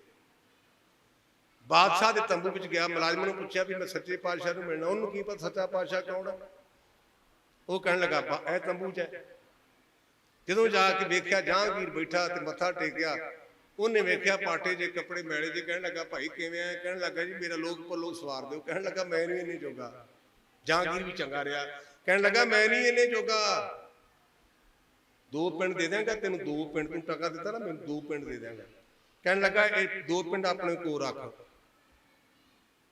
बादशाह राम है भी किहो जिहा बंदा है, इन्ना बेपरवाह, क्योंकि बेपरवाह सदा रंग हर के जां को पाक स्वामी, परवाह ना ही किसे केरी, बाद सच्चे ना ही गुरु का सिख हो जाए। उन्हें टका चुक लिया, अगे अगे सिख के पिछे पिछे बादशाह। जदों वो गुरु हरगोबिंद सच्चे पातशाह के अगे टका उन्हें मत्था टेकिया ना, ते गुरु हरगोबिंद सच्चे पातशाह ने आख्या सिखा निहाल निहाल निहाल। ते जहांगीर एकदम गुरु के चरणों से डिगन लगा, मैनू अज पता लगा तेन सच्चा पातशाह क्यों कहते हैं, अज पता लगा। एक टके दे नाल लोग परलोक सवार करता ही। बाणी कहती कृपा कटाख अवलोकन कीनो, दास का दुख बधारियो। एक होर निक्की जी साख कह के समाप्ति करा। एक आकल नाम का सिख ओहदे घर बेटी जम्मी, ओहदा नाम सूरती है, विआह होया ओहदा। एहो महीने सन गर्मी दे, धी दी डोली नूं तोरिया ते पिता ने अरदास कीती, मालका गुरु हरगोबिंद सच्चे पातशाह मैं धी नूं जन्म दा दिता पर कर्म तू देने ने। मैं बाप हाँ, मेरे राही जन्म तां धी दा पर कर्म तू बदलने ने। ਉਹਦਾ ਕਾਰਨ ਨੂੰ ਸ਼ੱਕ ਪੈ ਗਿਆ ਕਿ ਉਹਦੇ ਜਿਹੜੇ ਕੁੜਮ ਸਨ ਉਹ ਸਖੀ ਸਰਵਰ ਨੂੰ ਮੰਨਦੇ ਸਨ। ਜਿਹੋ ਜਿਹਾ ਪਿਓ ਹੋ ਜੀ ਧੀ ਨੇ ਬਾਣੀ ਪੜ੍ਹਨੀ ਸ਼ੁਰੂ ਕਰ ਜਪਜੀ ਸਾਹਿਬ ਦਾ ਪਾਠ ਆਰੰਭ ਕੀਤਾ। ਅੱਗੇ ਡੋਲੀ ਨਗਰ ਆਉਂਦਾ ਸੀ, ਉਦੋਂ ਅੱਜ ਕੱਲ੍ਹ ਸਾਧਨ ਨਹੀਂ ਸਨ। ਡੋਲੀ ਬੰਦੇ ਚੁੱਕਦੇ ਸੀ, ਕਹਿੰਦੇ ਨੇ ਆਪਣੇ ਪੰਜਾਬੀ 'ਚ ਕਹਿੰਦੇ ਨੇ ਕਹਾਰ, ਤੇ ਅੰਗਰੇਜ਼ੀ ਵਿੱਚ ਕਹਿੰਦੇ ਨੇ ਪਲੈਂਕ ਨੂੰ ਬੀਅਰ। ਜਿਹੜੀ ਆਪਾਂ ਡੋਲੀ ਚੁੱਕਦੇ ਆ ਨਾ, ਇਹਨੂੰ ਪੰਜਾਬੀ 'ਚ ਕਹਿੰਦੇ ਨੇ ਪਾਲਕੀ, ਚੁੱਕਣ ਵਾਲੇ ਨੂੰ ਕਹਿੰਦੇ ਨੇ ਕਹਾਰ, ਤੇ ਅੰਗਰੇਜ਼ੀ ਵਿੱਚ ਕਹਿੰਦੇ ਨੇ ਪਲੈਂਕਨ ਬੀਅਰ। ਇਹ ਮੈਂ 12ਵੀਂ ਜਮਾਤ ਪੜ੍ਹਿਆ ਖਾਲਸਾ ਕਾਲਜ। ਉਹ ਜਦੋਂ ਉੱਥੇ ਗਏ ਤੇ ਆਸਾ ਦੀ ਵਾਰ ਦਾ ਕੀਰਤਨ ਹੋ ਰਿਹਾ ਸੀ, ਤੇ ਬੀਬੀ ਕਹਿਣ ਲੱਗੀ ਤਾਇਆ ਮੰਮੀ ਤੁਹਾਡੀ ਧੀ ਆ, ਤੇ ਗੁਰੂ ਪਾਤਸ਼ਾਹ ਦਰਬਾਰ ਲੱਗਾ, ਆਪਾਂ ਮੱਥਾ ਨਾ ਟੇਕ ਲਈਏ, ਆਪਣਾ ਲੋਕ ਬੋਲੋ ਸੌ ਜਾਏਗਾ। ਆਸਾ ਦਾ ਵਾਰ ਦਾ ਕੀਰਤਨ ਹੋ ਰਿਹਾ ਸੀ। ਬਲਹਾਰੀ ਗੁਰ ਆਪਣੇ ਦਿਹਾੜੀ ਸਦਵਾਰ, ਜਿਨ ਮਾਨ ਤੇ ਦੇਵਤੇ ਕੀਏ ਕਰਤਨ ਲਾਗੀ ਵਾਰ ਮਹੱਲਾ ਦੂਜਾ। ਜੇ ਸੋ ਚੰਦਾ ਉਗਵੇ ਸੂਰ ਚੜੇ ਹਜ਼ਾਰ, ਏਤੇ ਚੰਨ ਹੁੰਦਿਆਂ ਗੁਰਬਿਨ ਕੋਰ ਅੰਧਾਰ। ਬੀਬੀ ਨੇ ਮੱਥਾ ਟੇਕਿਆ ਤੇ ਪੁੱਬਾਂ ਮਾਰ ਕੇ ਰੋਣ ਲੱਗ ਪਈ। ਗੁਰੂ ਹਰਗੋਬਿੰਦ ਸੱਚੇ ਪਾਤਸ਼ਾਹ ਨੇ ਆਵਾਜ਼ ਮਾਰੀ, ਸਿਰ ਪਰੋਸਿਆ, ਕਹਿਣ ਲੱਗੇ ਧੀਏ ਆਹ ਭਲਾ ਵੇੜਾ ਰੋਣ ਦਾ, ਆਹ ਤਾਂ ਵੇੜਾ ਅੰਮ੍ਰਿਤ ਵੇੜਾ, ਸੱਚ ਨੂੰ ਵਡਿਆਈ ਵਿਚਾਰ, ਤੂੰ ਰੋਈ ਜਾਂਦੀ ਹੈ। ਬੀਬੀ ਦਾ ਮਨ ਭਰਿਆ, ਕਹਿਣ ਲੱਗੀ ਮਹਾਰਾਜ ਮੇਰੇ ਕੋਈ ਪੁਰਬਲੇ ਕਰਮ ਮਾੜੇ, ਮੈਂ ਸਖੀ ਸਰਦੀਆਂ ਦੀ ਵਿਆਹੀ ਗਿਆ, ਇਹ ਭੂਤਾਂ ਨੂੰ ਮੰਨਦੇ ਨੇ, ਇਹਨਾਂ ਦੇ ਕਰ ਕਬਰਾਂ ਨੇ। ਤੇ ਸਤਿਗੁਰੂ ਪਾਤਸ਼ਾਹ ਕਹਿਣ ਲੱਗੇ ਬੀਬੀ ਉਹ ਗੱਲਾਂ ਗਈਆਂ ਕਬਰਾਂ ਵਾਲੀਆਂ, ਤੇਰੀ ਕੁੱਖ ਤੋਂ ਬ੍ਰਹਮ ਗਿਆਨੀ ਪੁੱਤ ਨੇ ਜੰਮਣਾ, ਬ੍ਰਹਮ ਗਿਆਨੀ ਦੀ ਮਾਂ ਬਣਨਾ, ਤੇ ਤੂੰ ਰੋਣ ਲੱਗ ਪਈ। ਬ੍ਰਹਮ ਗਿਆਨੀ ਦੀ ਮਾਂ ਤਾਂ ਬੜੀ ਮਾਨ ਹੁੰਦੀ ਹੈ। ਅਜੇ ਸਹੁਰੇ ਨਹੀਂ ਗਈ ਤੇ ਗੁਰੂ ਨੇ ਵਿੱਚੇ ਵਰ ਦਿੱਤਾ ਵੀ ਤੂੰ ਬ੍ਰਹਮ ਗਿਆਨੀ ਦੀ ਮਾਂ। ਉਹਨੇ ਜਾ ਕੇ ਉਹਦੇ ਪਤੀ ਦਾ ਨਾਮ ਭਾਈ ਸਾਧੂ, ਉਹਨੇ ਜਾ ਕੇ ਕਬਰ ਢਾ ਦਿੱਤੀ। ਕਹਿਣ ਲੱਗੇ ਮੱਤ ਮਾਰੀ ਗਈ ਤੇਰੀ, ਕਬਰਾਂ ਢਾਉਣ ਲੱਗ। ਕਹਿਣ ਲੱਗਾ ਮੱਤ ਮਾਰੀ ਨਹੀਂ ਗਈ, ਮੱਤ ਹੋਣ ਆਈ ਹੈ। ਮੱਤ ਮਾਰੀ ਨਹੀਂ ਗਈ, ਮੱਤ ਹੋਣ ਆਈ ਹੈ, ਕਿਉਂਕਿ ਮੇਰੇ ਗੁਰੂ ਦੀ ਆਗਿਆ ਕਬਰਾਂ ਨੂੰ ਮੰਨਣ ਦੀ ਨਹੀਂ। ਪੁੱਤ ਹੋਇਆ, ਬੱਚੇ ਨੂੰ ਲੈ ਕੇ ਆਏ ਗੁਰੂ ਪਾਤਸ਼ਾਹ ਦੇ ਕੋਲ। ਮੈਂ ਹੈਰਾਨ ਨਾ ਵੀ ਬੱਚੇ ਦੇ ਕਿੰਨੇ ਕਰਮ ਚੰਗੇ ਹੋਣਗੇ। ਮਾਂ ਨੇ ਉਹ ਬੱਚਾ ਗੁਰੂ ਹਰਗੋਬਿੰਦ ਸੱਚੇ ਪਾਤਸ਼ਾਹ ਦੀ ਝੋਲੀ 'ਚ ਪਾ ਦਿੱਤਾ। ਗੁਰੂ ਹਰਗੋਬਿੰਦ ਸੱਚੇ ਪਾਤਸ਼ਾਹ ਨੇ ਬੱਚੇ ਦੇ ਮੱਥੇ ਤੇ ਹੱਥ ਫੇਰਿਆ। ਜਿਹਦੇ ਮੱਥੇ ਤੇ ਗੁਰੂ ਹਰਗੋਬਿੰਦ ਸੱਚੇ ਪਾਤਸ਼ਾਹ ਹੱਥ ਲਾਦਾ ਉਹਦਾ ਪੁੱਠੀਆਂ ਰੇਖਾਂ ਸਿੱਧੀਆਂ ਹੋ ਜਾਣਗੀਆਂ। ਕਹਿਣ ਲੱਗੇ ਧੀਏ ਰਾਣੀ ਬੜਾ ਸੋਹਣਾ ਹੈ, ਰੂਪ ਚੰਦ ਨਾਂ ਰੱਖਦੇ ਦਾ, ਰੂਪ ਚੰਦ ਰੱਖ ਦਿੱਤਾ। ਸਮਾਂ ਆਪਣੀ ਚਾਲ ਚੱਲਿਆ, ਕਿਉਂਕਿ ਗਰੀਬ ਸਿੱਖ ਸਨ, ਕਿਰਤੀ ਬਾਬਾ ਕਿਰਤੀਆਂ ਦਾ ਮਿੱਤਰ ਹੈ। ਲੱਕੜਾਂ ਕੱਟ ਕੇ ਵੇਚ ਕੇ ਗੁਜ਼ਾਰਾ ਕਰਨਾ। ਲੱਕੜਾਂ ਕੱਟਣ ਗਏ ਨੇ ਪਿਓ ਪੁੱਤ, ਜਿਹੜਾ ਕਾਕਾ ਉਹ ਜੀ 14 ਸਾਲਾਂ ਦਾ, ਦਾੜੀ ਨਹੀਂ ਆਈ। ਪਾਣੀ ਉਹਨੇ ਜੰਡ ਤੇ ਟੰਗਿਆ ਤੇ ਪਿਓ ਕਹਿਣ ਲੱਗਾ ਪੁੱਤ ਪਾਣੀ ਲਾ, ਪਿਆਸ ਬੜੀ ਲੱਗੀ। ਉਹਨੇ ਪਾਣੀ ਲਾਇਆ। ਇੱਕ ਪੰਜਾਬੀ ਚ ਕਹਾਵਤ, ਅਕਲ ਕਿਸੇ ਦੇ ਪਿਓ ਦੀ ਨਹੀਂ। ਆਪਾਂ ਕਈ ਵਾਰ ਆਪਣੇ ਬੱਚਿਆਂ ਨੂੰ ਟੋਕਦੇ ਨੇ ਨਾ, ਟੋਕਿਆ ਨਾ ਕਰੋ, ਹੋ ਸਕਦਾ ਕਿਸੇ ਮੌਕੇ ਸਾਡਾ ਬੱਚਾ ਵੀ ਠੀਕ ਹੋਵੇ। ਅਕਲ ਕਿਸੇ ਦੇ ਪਿਓ ਦੀ ਨਹੀਂ। ਪੁੱਤ ਨੇ ਜਦੋਂ ਪਾਣੀ ਲਾਇਆ ਤੇ ਆਪਣੇ ਹੱਥ ਤੇ ਪਾਇਆ ਤੇ ਕਹਿਣ ਲੱਗਾ ਬਾਪੂ, ਕਹਿਣ ਲੱਗਾ ਦੱਸ ਪੁੱਤ। ਕਹਿੰਦਾ ਜੇ ਪਾਣੀ ਕਿਤੇ ਛੇਵੇਂ ਪਾਤਸ਼ਾਹ ਪੀ ਲੈਣ ਨਾ ਤੇ ਗੱਲ ਬਣ ਜਾ। ਬਾਪ ਕਹਿਣ ਲੱਗਾ ਪੁੱਤਰਾ ਕਿਹੋ ਜਿਹੀਆਂ ਭੋਲੀਆਂ ਗੱਲਾਂ ਕਰਦਾ, ਭਲਾ ਛੇਵੇਂ ਪਾਤਸ਼ਾਹ ਤੇਰਾ ਪਾਣੀ ਪੀਣ ਆ ਜਾਏਗਾ। ਕਹਿਣ ਲੱਗਾ ਬਾਪੂ ਮੈਨੂੰ ਤੇਰਾ ਤਾਂ ਪਤਾ ਨਹੀਂ, ਪਰ ਬੇਬੇ ਮੈਨੂੰ ਕਈ ਵਾਰ ਸਾਖੀਆਂ ਸੁਣਾਉਂਦੀ ਹੁੰਦੀ। ਬੇਬੇ ਆਪਣੀ, ਮੇਰੀ ਬੇਬੇ ਕਹਿੰਦੀ ਸੀ ਵੀ ਗੁਰੂ ਨਾਨਕ ਪਾਤਸ਼ਾਹ ਬੇਬੇ ਨਾਨਕੀ ਨੇ ਚੇਤੇ ਕੀਤਾ ਤੇ ਮਦੀਨੇ ਤੋਂ ਚੱਲ ਕੇ ਆਏ ਰੋਟੀ ਖਾਣ ਸੁਲਤਾਨਪੁਰ। ਉਹ ਫੇਰ ਹੱਸ ਕੇ ਜਿਵੇਂ ਬਜ਼ੁਰਗ ਬੱਚੇ ਨੂੰ ਟੋਕੀ ਜਾਂਦੇ, ਕਹਿਣ ਲੱਗਾ ਬੇਬੇ ਕੋਲ ਤਾਂ ਆਇਆ ਕਿ ਉਹਦੀ ਭੈਣ ਲੱਗਦੀ ਸੀ ਬੇਬੇ ਨਾਨਕੀ, ਭੈਣ ਕੋਲ ਭਰਾ ਆਉਂਦੇ ਨਹੀਂ। ਉਹ ਕਹਿਣ ਲੱਗਾ ਬਾਪੂ ਫਿਰ ਉਹ ਕਮਲੀਆਂ ਗੱਲਾਂ। ਮੈਂ ਇਹ ਵੀ ਸੁਣਿਆ ਕਿ ਭਗਵਾਨ ਕ੍ਰਿਸ਼ਨ ਨੇ ਬਿਦਰ ਦਾ ਲੂਣਾ ਸਾਗ ਖਾਧਾ। ਮੈਂ ਇਹ ਵੀ ਸੁਣਿਆ ਕਿ ਰਾਮਚੰਦਰ ਨੇ ਭੀਲਣੀ ਦੇ ਬੇਰ ਖਾਧੇ। ਇਹ ਸਾਰੀਆਂ ਸਾਖੀਆਂ ਮੈਨੂੰ ਬੇਬੇ ਸੁਣਾਉਂਦੀ, ਬੇਬੇ ਮੇਰੀ ਮਾਂ। ਤੇ ਆਪਣੇ ਕੋਲ ਤਾਂ ਨਾ ਬੇਰ ਨੇ ਤੇ ਨਾ ਸਾਗ ਹੈ। ਮੇਰਾ ਮਨ ਕਹਿੰਦਾ ਵੀ ਮੇਰਾ ਆਪਣਾ ਬਾਪੂ ਜ਼ਰੂਰ ਆਏਗਾ। ਕਹਿਣ ਲੱਗਾ ਚੰਗਾ ਪੁੱਤ ਤੇਰੀ ਮਰਜ਼ੀ। ਉਹਨੇ ਉਹ ਪਾਣੀ ਟੰਗ ਦਿੱਤਾ। ਇਹ ਗੱਲ ਯਾਦ ਰੱਖਿਆ ਜੇ ਆਪਾਂ ਸੁਣਦੇ ਹਾਂ, ਵਿਣ ਬੋਲਿਆ ਸਭ ਕੇ ਜਾਣਦਾ ਕਿਛ ਆਗੇ ਕੀਚੇ ਅਰਦਾਸ। ਜਤਰ ਤਤਰ ਦਿਸਾ ਵਿਸਾ ਹੋਏ ਫੈਲਿਓ ਅਨੁਰਾਗ। ਉਥੋਂ ਗੁਰੂ ਹਰਗੋਬਿੰਦ ਸੱਚੇ ਪਾਤਸ਼ਾਹ 40 ਮੀਲ ਤੋਂ ਵੱਧ ਪੈੜਾ, 40 ਮੀਲ ਤੋਂ ਵੱਧ ਪੈੜਾ। ਗਰਮੀ ਦਾ ਮੌਸਮ, ਘੋੜੇ ਤੇ ਕਾਠੀ ਨਹੀਂ ਪਾਈ। ਬਿਨਾਂ ਕਾਠੀ ਤੋਂ ਗੁਰੂ ਹਰਗੋਬਿੰਦ ਸੱਚੇ ਪਾਤਸ਼ਾਹ ਘੋੜੇ ਤੇ ਸਵਾਰ ਹੋ ਕੇ ਚਲੇ ਗਏ। ਉੱਥੇ ਜਿਹੜੇ ਸਿੱਖ ਸਨ ਉਹ ਮਗਰ ਵਿਚਾਰੇ, ਕਿਉਂਕਿ ਸਲਾਹ ਨਹੀਂ ਕੀਤੀ ਕਿਸੇ ਨੇ।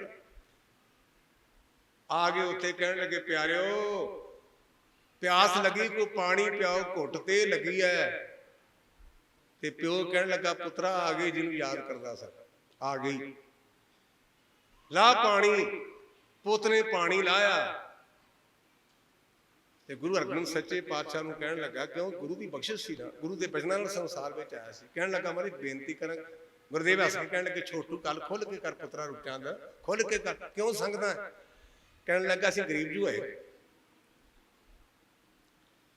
ਗੁਰੂ ਹਰਗੋਬਿੰਦ ਸੱਚੇ ਪਾਤਸ਼ਾਹ ਮਹਾਰਾਜ ਦੇ ਬਰਾਗ ਆਇਆ ਪਿਆਰ ਵਿੱਚ। ਕਹਿਣ ਲੱਗੇ ਗਰੀਬ ਨਾ ਕਹੀਂ, ਬੋਲ ਕੀ ਚਾਹੁੰਦਾ।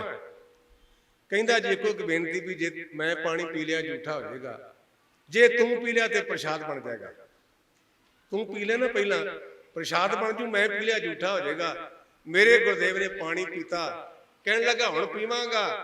ਗੁਰੂ ਹਰਗੋਬਿੰਦ ਸੱਚੇ ਪਾਤਸ਼ਾਹ ਨੇ ਜੱਫੀ ਪਾ ਕੇ ਆਖਿਆ ਰੂਪਚੰਦਾ ਤੇਰਾ ਕਰ ਮੇਰਾ ਕਰ, ਮੇਰਾ ਕਰ ਤੇਰਾ ਕਰ, ਆਪਣਾ ਕਰ।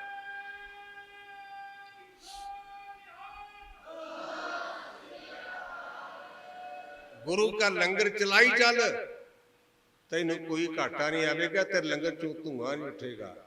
ਇਹ ਗੱਲ ਕੁਦਰਤੀ ਤੌਰ ਤੇ ਤੁਹਾਡੇ ਪਿੰਡ ਨਾਲ ਮਿਲ ਗਈ। ਤੁਹਾਡੇ ਪਿੰਡ ਚ ਵੀ ਲੰਗਰ ਜਾਂਦਾ ਹੈ। ਗੁਰੂ ਹਰਗੋਬਿੰਦ ਸੱਚੇ ਪਾਤਸ਼ਾਹ ਤੁਹਾਡੇ ਤੇ ਵੀ ਕਿਰਪਾ ਕਰਨ, ਜਿਵੇਂ ਭਾਈ ਰੂਪਚੰਦ ਤੇ ਕਿਰਪਾ ਕੀਤੀਆਂ ਸੀ ਨਾ, ਉਹ ਪਾਤਸ਼ਾਹ ਰਹਿਮਤ ਤੁਹਾਡੇ ਤੇ ਵਰਸਾਉਣ, ਕਿਉਂਕਿ ਇੱਥੇ ਵੀ ਉਹਨਾਂ ਚਰਨ ਪਾਏ ਨੇ, ਇੱਥੋਂ ਵੀ ਲੰਗਰ ਜਾਂਦਾ ਹੈ। ਇਹ ਹਜ਼ੂਰ ਦੀ ਚਰਨਾਂ ਚ ਅਰਦਾਸ ਬੇਨਤੀ ਹੈ। ਗੁਰੂ ਹਰਗੋਬਿੰਦ ਸੱਚੇ ਪਾਤਸ਼ਾਹ ਦਾ ਕੁਟਾਨ ਧੰਨਵਾਦ, ਜਿਨ੍ਹਾਂ ਨੇ ਰਹਿਮਤ ਕਰਕੇ ਆਪਣੇ ਪਾਵਨ ਸਥਾਨ ਤੇ ਮਸਤਕ ਟੇਕਣ ਦਾ ਸੁਭਾਗ ਬਖਸ਼ਿਆ। ਗੁਰੂ ਕੇ ਸੰਗਤਾਂ ਦਾ ਧੰਨਵਾਦ, ਭੁੱਲਾਂ ਚੁੱਕਾਂ ਦੀ ਮਾਫੀ। ਵਾਹਿਗੁਰੂ ਜੀ ਕਾ ਖਾਲਸਾ, ਵਾਹਿਗੁਰੂ ਜੀ ਕੀ ਫਤਿਹ।